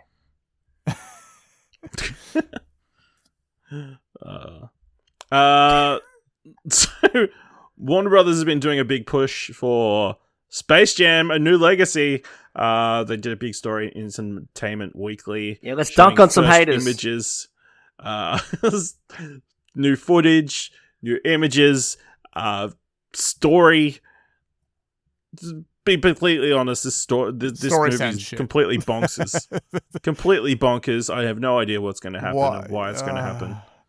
But yeah, like visually, I'm like all about, like I'm loving everything about this, and it's got the cool futuristic kind of colors to it. But as soon as that synopsis is explained, it already sounds like so far fetched and a bit of a headache. I'm like, I'm all for trying to bring something into modern days, but this feels like it's pushing way too hard on that. Here we go. When basketball champion and global icon LeBron James and his son Dom, who dreams of becoming a video game developer, are trapped in a virtual space by a rogue algorithm called Algae Rhythm, LeBron must get them home safe by leading Bugs Bunny, Daffy, Porky Pig, Lola Bunny, and a whole gang of notoriously undisciplined Looney Tunes to victory over Algae's digitized champions on the court. And then there's like another thing where he's trying to get the... Yeah, you go. Apparently, it's going to have tie-ins to a bunch of other WB properties. Apparently, there's be scenes with Wonder Woman and Mad Max and Matrix, I think, was another one they chucked out. I feel like there was something older. I mean, buddy, you know where this is going. This is like Space Jam Ready Player One edition. Yeah, it is. Wow. Unbelievable. I wish I didn't know the story. I wish it was something simpler or something that made a bit more sense, but I'm just going to roll with it and just think, okay, this will just be dumb, colourful fun, and I'm all for seeing an artificial intelligence Don Cheadle, so... Listen, as long as one of the digital basketball players they have in the film is Michael Jordan, I'll be happy. Yeah, I want to know what other NBA players are going to be there. Can you please put like Dennis Rodman in? I think he'd fit perfect in this world. No, I think it's all modern ones. Damn, Dennis Rodman. Dennis Rodman shows up drunk, just like... ripping off his NWO shirt with Madonna by his side. Yeah. Also, just to try and encapsulate it in one sentence, Lola Bunny modern isn't that different from Lola Bunny previous Space Jam, just saying. Yeah, obviously a lot of... like, people acting as if they, like...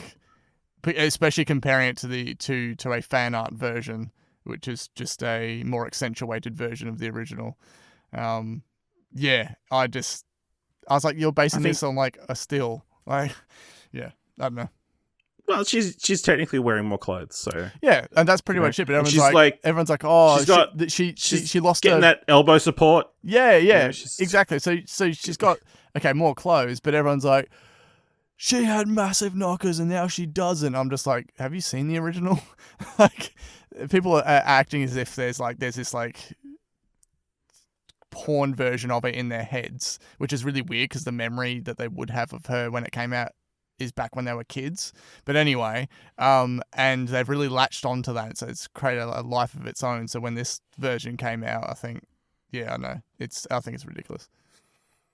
Yeah, definitely. It's definitely more in line with the Lola Bunny that they've been using in everything since Space Jam. Yeah, so, yeah. I will say I hate the uniform. It looks terrible. But other than that, it looks interesting. Yeah, the uniform sucks.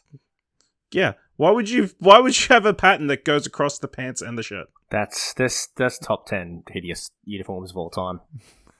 Yeah. Bring back the OG uniform. There's still time.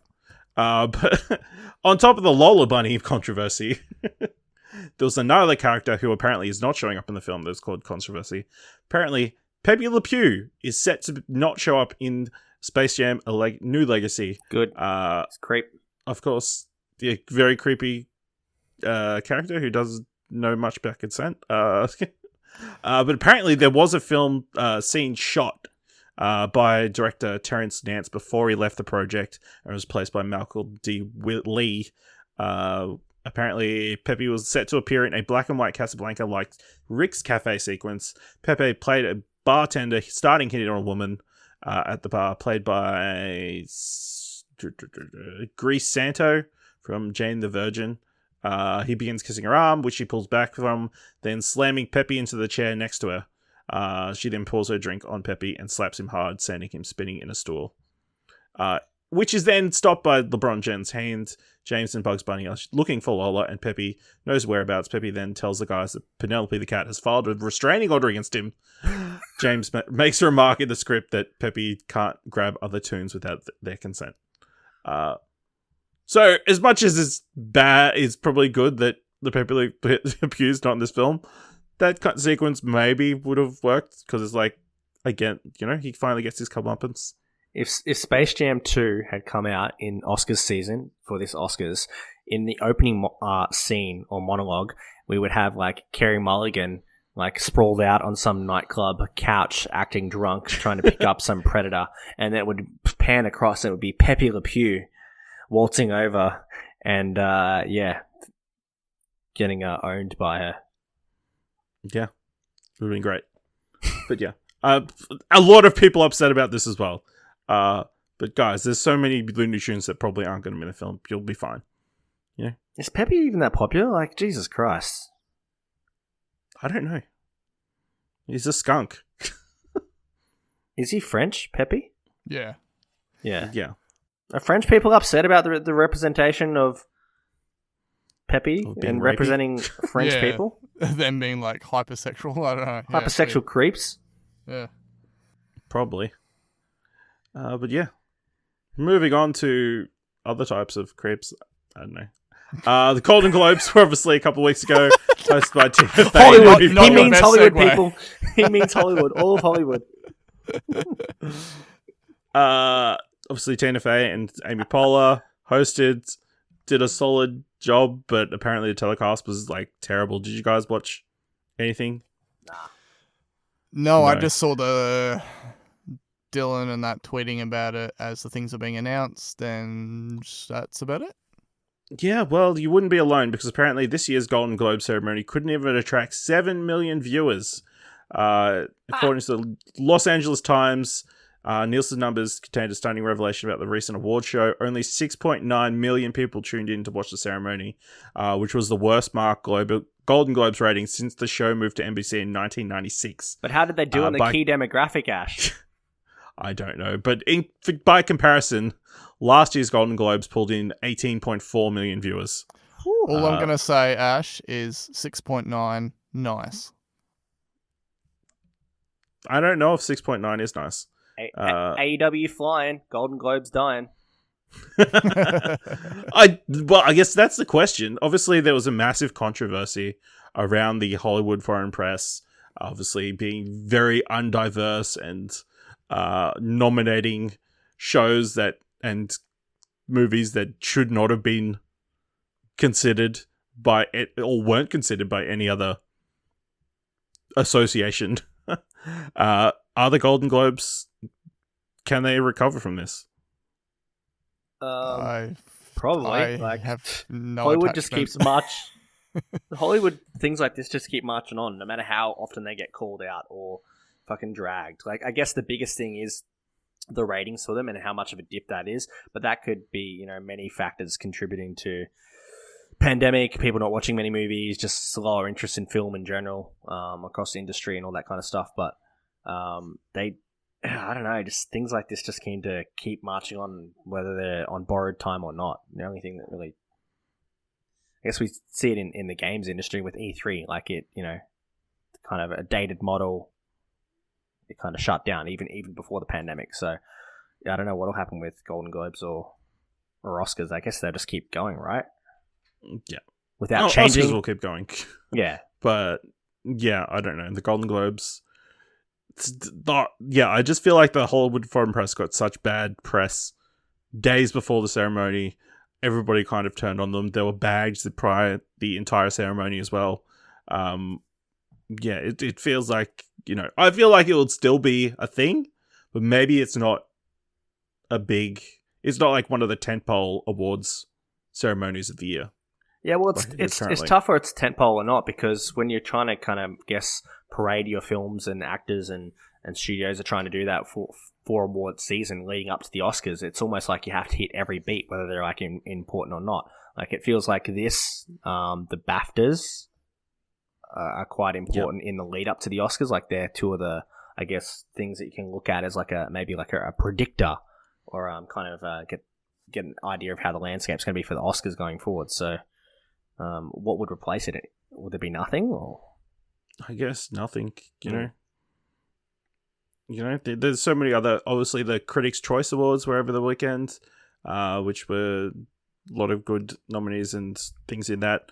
One of my favorite moments was they gave an award for Best Young Actor and Actress to Alan Kim, and he started bawling his eyes out halfway through the speech, very showcasing his adorableness more. But yeah, Golden Globes winners again. Nomadland taking out Best Drama. It's hard to imagine that not winning at the Oscars this year. Best Comedy went to Borat, subsequent movie film. Best Director went to Chloe Zhao, who at this point is a shoo-in. Yeah, I think so to win too. the Oscar this year. She's won. I think she's the most winningest director in history. In a given Winningest. year. I think she's won the most awards. Chadwick Boseman looks like a shoo-in after another win for Ma Rainey's Black Bottom. Andra Day won for United States versus Bill Holiday for Best Drama, Actress in a Drama, which hasn't come out in Australia yet, but that's a big boost for that film. Then Sacha Baron Cohen won for Borat, subsequent movie film, as Best Actor. Best Actress in a Musical Comedy went to Rosamund Pike for I Care a Lot, a film that I'm available on Amazon Prime, which I've got to get around to watching. That was creepy.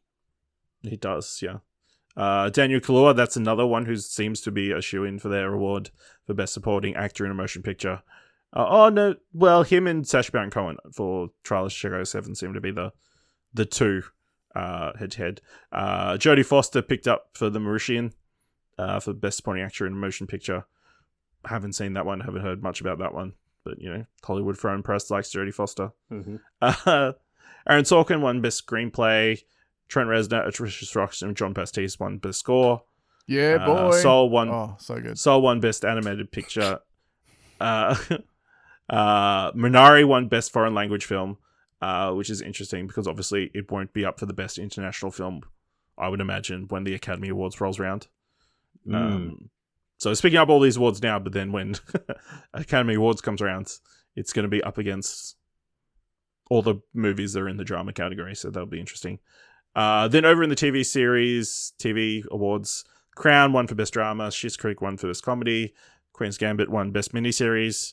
The two Crown actors, Josh O'Connor and Emma Corrin, won for Best Actor and Actress in a Drama. Jason Sudeikis won for Ted Lasso. Yeah, boy. Yep. Catherine O'Hara for Schitt's Creek. Mark Ruffalo for Best Actor in a Miniseries, and Anya Taylor-Joy for Queen's Gambit for Best Actress in a Miniseries. John Boyega for Small Axe for Best Supporting Actor in a Miniseries, and Gillian Anderson for The Crown for Best Supporting Actress in a TV Series. So yeah, a few surprises there. yeah, it's going to be an interesting award season coming up because there's a couple of shoe-ins. There's a couple of other ones that are like very much toss-ups. I feel like Best Actress could go to a bunch of different places. Like I said, the Critics' Choice Awards gave it to Carey Mulligan, as well as Australia's Actor Awards gave it to Carey Mulligan, as well as awarding Promising Young Woman the Best International Film. What a week to announce that film as the best film of the year. Yeah, well. Absolutely. But yeah, really, definitely keen to see. Does Scott Morrison know? The run-up. I tell you what, though, through these announcements, Sorry. Does Scott Morrison's wife know?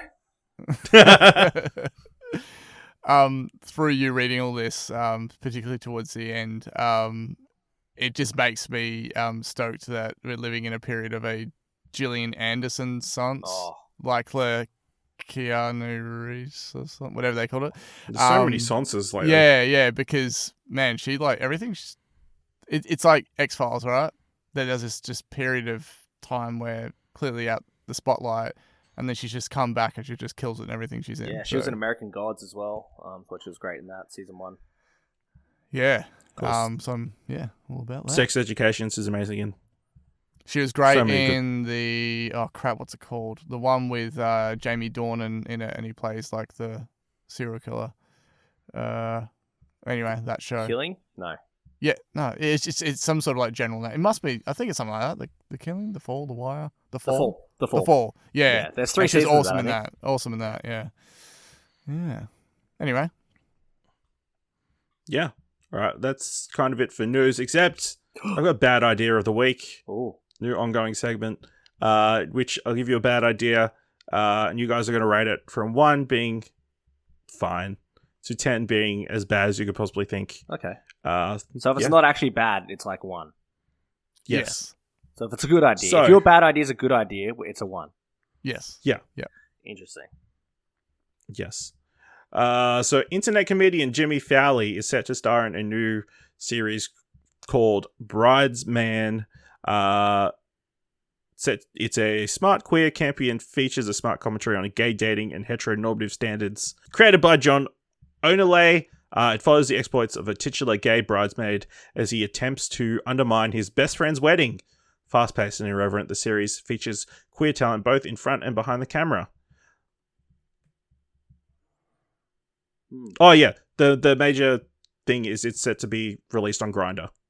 Oh, okay. I was waiting for like, I'm like, oh yeah, this sounds like this sounds. Do I need to watch that or whatever? Like, I don't know. I mean, it's also coming to YouTube, but yeah, it's getting pushed by Grindr. What's it called? Bridesman. Bridesman. Yeah, I don't know. I don't care. I just don't care. I think the actual premise for the show just wasn't like, even before you got to the hilarious curveball that is Grindr. The just initial description in itself, I don't think was overly gripping. So it's probably going to be I think just on that, probably like a 3. Like, it's okay, you know. And then when you added Grindr, I'm trying to decide whether that's actually going to be a sort of I don't know. successful thing or not. Mine's more of like a 7 up that high, because I feel like a homosexual man as part of a bride's party that's trying to undermine best friend's wedding kind of falls into those like vindictive and bitchy Stereotypes, stereotypes and stuff. So if not done well, like I don't know what they're going to try and execute or what kind of story they're going to try and tell in this and stuff. It could be really like just really fucking corny and really stereotypically, you know, that kind of character we've seen played out many times before. So, yeah, I'm putting up a red flag. So I think by the time you've done that, and then you're restricting its audience, given the platform it's going to be on. Yeah, not every platform has to make content. Has to do. Yeah, exactly. That's kind of what it feels like to me. It's just like something that doesn't actually release. Kim picks up my phone. Video content. Yeah. Grindr. What's this? Why have you got Grindr on your phone? I really wanted to watch a TV series. What is it? I'll open it up. Oh my god. Is that what I think it is? Do I swipe right? It's like, oh my god, it's just filled with like, various different types of peppers. That's right. It's like a specific cooking app called Grinder. Pepper Grinder. Yeah, right. Wow. Yeah, with an E. What a turn. Super niche. Yeah. All right, before we wrap things up, we're going to do our What Do You Want to Watch top 3. Definitely in the top 3. This episode, we're doing top 3 films about musicians. I thought that would be a very fitting topic for this episode, seeing as we had Billie Eilish's The World Is a Little Blurry, as well as the Big E documentary. And then both of you have podcasts in which you talk about music. So, it's damn. all, yeah, man, you've planets aligning. thought of everything. You know, Yes. sometimes ideas hit and like genius strikes. So yeah, we'll give you our top 3 of this category, starting with 3 through to 1. So Simon, why don't you kick things off? What's your number 3? Okay, so I really wanted to put Sound of Metal on there, but because it's such a great film, but I think that might be. I will say, this was really hard. Yeah, this is really hard, and I kind of almost had to just Google music biopics because I'm sure there's ones I'd forgotten about, which that proved to be the case. But I did ask Ash, I'm like, can this include documentaries and biopics? And you said yes, so mine's a mix. I don't know how to put it in order. I'll try my best, but my number 3, Some Kind of Monster, the Metallica documentary. You don't really have to be a fan, and I'm not like a huge Metallica fan or anything. But I just like the whole journey of like everyone waiting for a follow-up album, and then the egos of like Lars Ulrich versus James Hetfield, and then they've got a counselor in there that's sort of like living in with them, and then their longtime producer wants to become the new bass player in the band, and they kind of shun him, and there's all these different things going on. So I kind of think just that in itself makes it for a really sort of intriguing documentary. Cool. Buddy, what's your number 3? So, is it about specific musicians or just like actual? I was very general. I'll be honest. All mine are fictional. All right. Okay. So I've got fictional ones, and then I've got like kind of non-fictional ones that you can throw out there. So I guess I've got a bunch now that you've kind of given me that. But if it's real people, I'm guessing, I'm going to say Artifact, which is the documentary from 2011 directed by Jared Leto about 30 Seconds to Mars, and how they were sued for $30 million for a breach of contract from their record label at the time, EMI. They're in a 7-year deal. I think maybe it might have even been longer than that for a specific amount of albums, and they were suing the band for kind of breach of contract, and then they kind of, their argument was that you couldn't be in a contract for more than 7 years or something to do with that, and that's what they were trying to fight with. It all coincides with them kind of recording their 3rd album, This Is War, which is actually my 2nd favorite album of all time, and it's part behind the scenes of filming the album, documentary on them getting sued by EMI and how that works. In a look at the music, industry and how monetization has really changed, specifically when it comes to contracts and the 360 deals, and how music as an art, for something that costs a cup of coffee or for a song or whatever, it was struggling to actually monetize, and how that changed with streaming platforms and everything. And then it was also like the growing up of Jared Leto and how the band started and that kind of journey as well. So it kind of hits like 4 different beats, but it intertwines it really well. And it's one of my favorite documentaries, if not my favorite documentary of all, even not just music. So. Wow, high praise. And if you like 30 Seconds to Mars, you can have it over on Radio Watson and check out our 30 Seconds to Mars episode over there, when me and well-played Zach Jackson go through a 30 Seconds to Mars discography and break it down album by album, picking our favorites and then ranking them at the end. It's a good, fun time for all. There you go. Cheap plug. Shout-outs, Blue Heaven. Shout-outs. Oh, wow. So my number 3 is Sing Street, the film directed by John Carney. Yes, I knew I was forgetting something. Shit. Yeah, the musical coming-of-age film set in 1980s Ireland about a bunch of kid wanting to impress a girl. No, so he starts the band, as you do. Mm-hmm. And then kind of falls in love with the process of like making music and all that kind of stuff, and is brilliant cast across the board. A lot of future stars in that amongst the kids. Jack Renner performing his best role to date after people probably best known him before that from like one of the bad Transformer films. Aidan Gillen is like really good in this as well, but yeah, obviously Freda Walsh-Pilo as Cosmo, and Lucy Boynton as Rafina, like the centerpiece of this movie. But yeah, John Carney has has done like a few music centric films, Begin Again and Once, which I still have got to get around to watching. So yeah, I want to see that. Yeah. So, but Sing Street, obviously the strongest of the ones I've watched, and yeah, number 3. Simon, what's your number 2? Joaquin Phoenix and Reese Witherspoon, Walk the Line. Johnny Cash. Saw that in the movies. I think that's one of those ones that's just sort of like across the board quite highly regarded, and I think it's great. Again, like with a lot of these things we're discussing, you don't necessarily have to be knowledgeable of the music or anything, and I think this is just one of those ones that really draws you in. Despite myself only having really heard a handful of Cash songs, so yeah, get into it. Cool. Buddy, what's your number 2? So I don't know if my list is really ranked. It's kind of off the top of my head. Something that I wanted to highlight. I don't want to say one that you might say in a minute, Ash. Is there any drubbing movies on theirs? Yours? No. Okay, cool. I'll try and keep it to about actual real musicians where it kind of blurs the line. But I'm going to say 8 Mile. I nearly put that on mine. Yeah, I nearly did. Yeah. Yeah. I love that film. Yeah, 8 Mile's fantastic. It's basically an autobiography.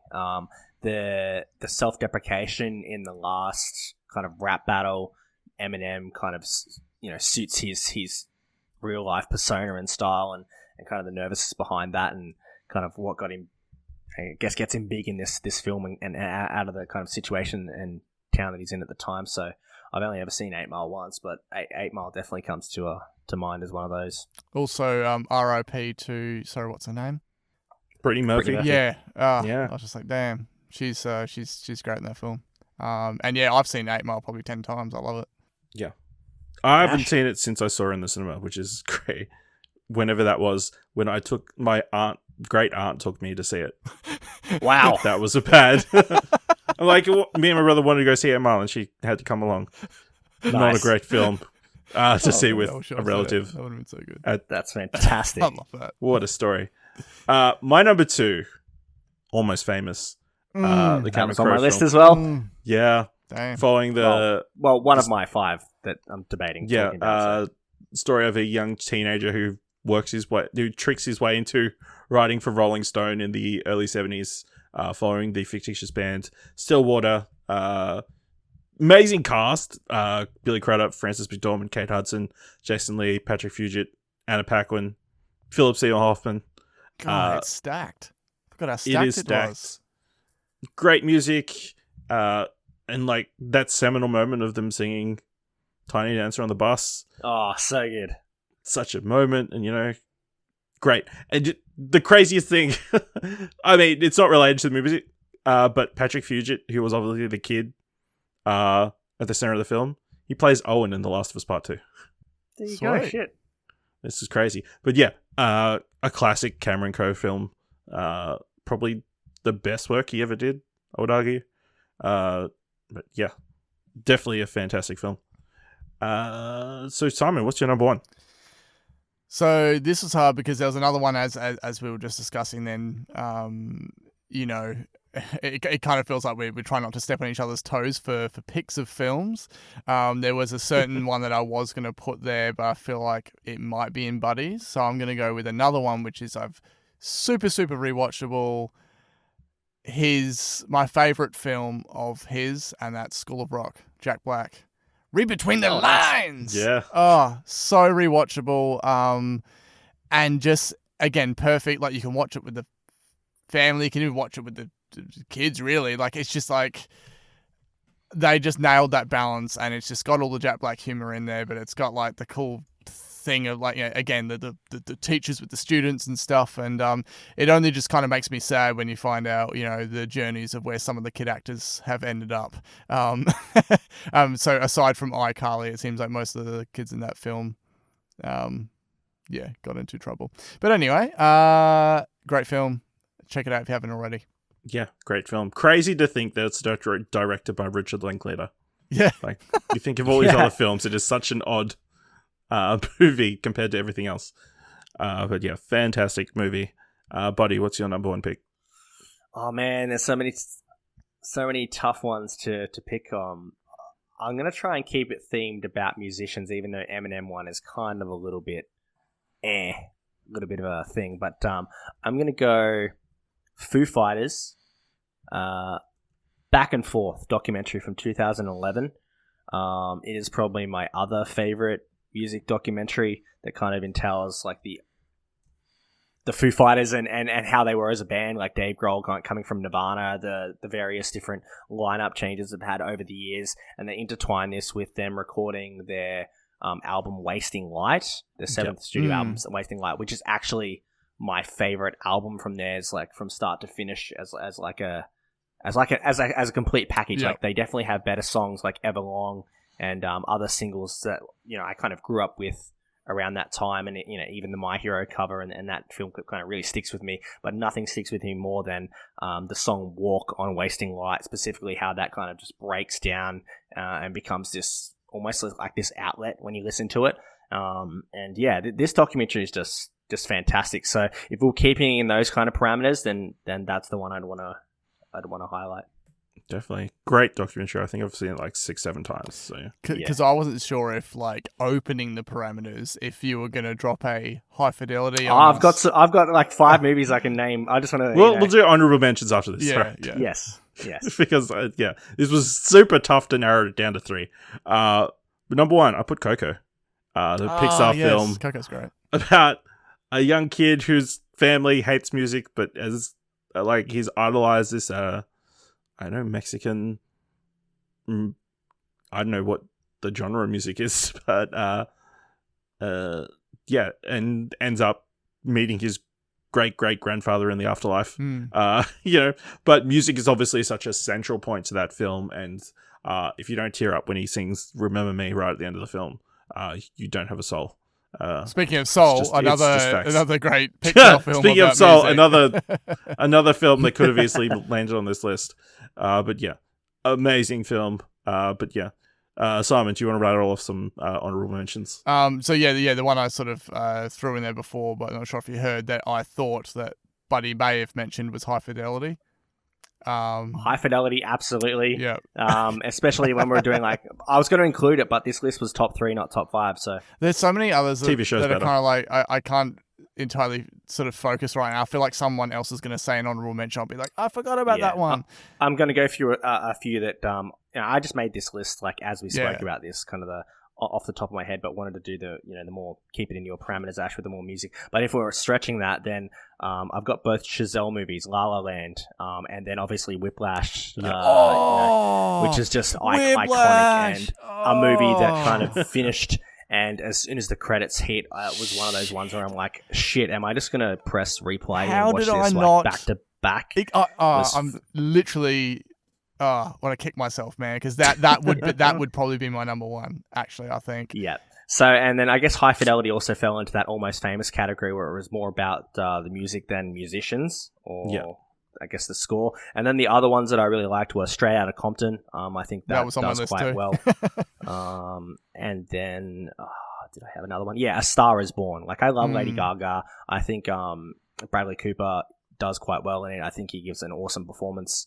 And then, there's much more that I could probably try and think about now, but off the top of the head, it was those 3 that I picked, the top 3, and then that slew there, as well as Sing Street, which you mentioned before, Ash, which is just fantastic. Also have some that I wouldn't recommend that I really didn't like, and that's obviously Bohemian Rhapsody, Yesterday, with the Beatles one. I really didn't like those, even though I like a lot of Danny Boyle movies.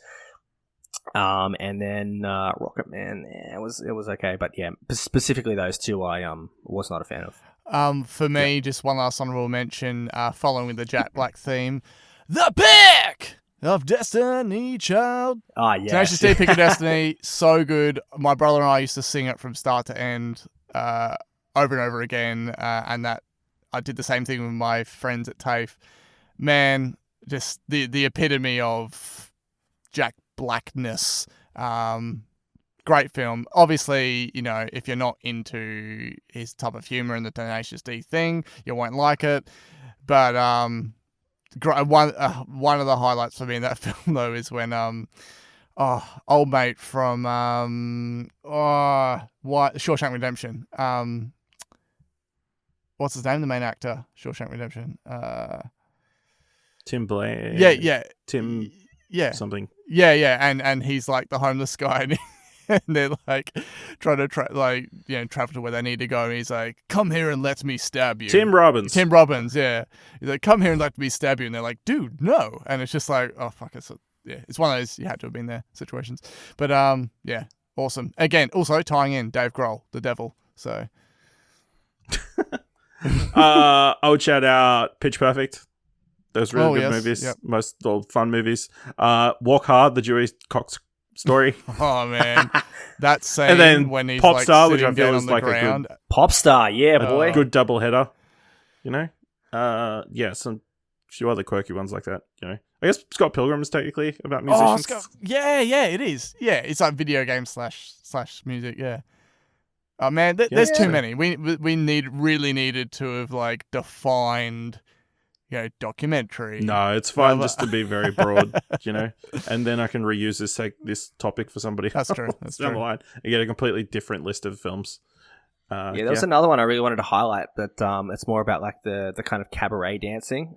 Kim watches it all the time. It's upstairs where this girl's like a dancer. She's not the best dancer, but then she kind of rises to the top and ousts like the main event spot. And I can't remember. It shares in it. What is that movie? I think Cabaret? Shares in it. No. Cabaret? No, that's not it. Nah, it's not Cabaret. It's not. I can't. Cabaret. I don't know. That was appalling. Yeah. But Burlesque? Burlesque. Yeah, it's Burlesque. Oh, yeah, well, there you go. I really like Burlesque as well. All right. Well, that brings us to the end of this episode of What Do You Want to Watch? Simon, where can people find you on the internet? Mainly Twitter @PrecisePath. And yes, while we were talking music and you introduced me at the start of the show, being with my podcast Take My Tone, has been inactive for a fair while now, but still plenty to listen to if you haven't. So just search Take My Tone in your podcast player. Cool. And Buddy, where can people find you on the internet? You can find me over on Twitter @BuddyWatson12 or my podcast talk show over there @RadioWatson_. It is available on Apple Podcasts, Spotify, Google Play, and all good podcast services, even the bad ones as well, discussing movies, music, games, wrestling, all of that above. Currently have an episode up about wrestling, which if you care about or not, yeah, fantastic. If not, skip past that one. And listen to the episode beforehand, which was titled January 26th, where I sit down with my good friends and talk about January 26th as a day, as a celebration, and a controversy surrounding it as far as Australia Day and its origins, and how we can kind of move forward and have a discussion about that date and be more inclusive. So that's probably the most recent one that I'm really proud of. Highly recommend that one. Yeah. Absolutely. Great episode. Yeah. All right. So let us know what you thought of the episode. Well, let us here at the Explosion Network know what you thought, and whether you want Buddy and Simon to come back by letting us know on Twitter. We're joining explosionnetwork.com/Twitter. All our Twitter handles are there for both the Explosion Network and my personal one. Or you can jump into our Discord by going to explosionnetwork.com/Discord. Leave us a review, preferably a good one, either on Apple Podcasts or a Podchaser or on Twitter, or just tell people about the show. Every mention helps. And if you would like to help us monetarily because you'll like the episode, you can go over to our Ko-fi page at explosion.com/support and buy us a coffee for as little as $1. All right. Yeah, I Thank actually you. Brought you 25 frozen Cokes the other day. So Wow. enjoy that. Make sure you get your share, Ash. I will. I'll make sure Dylan doesn't hoard all of it. Thank you very much, guys, for coming. It's been a real delight talking to you about all things movies, TV, and online content. And thank you all for listening. And until next time, keep watching stuff, I guess. Tom Holland won't appear in Buddy's dreams. James, bitch!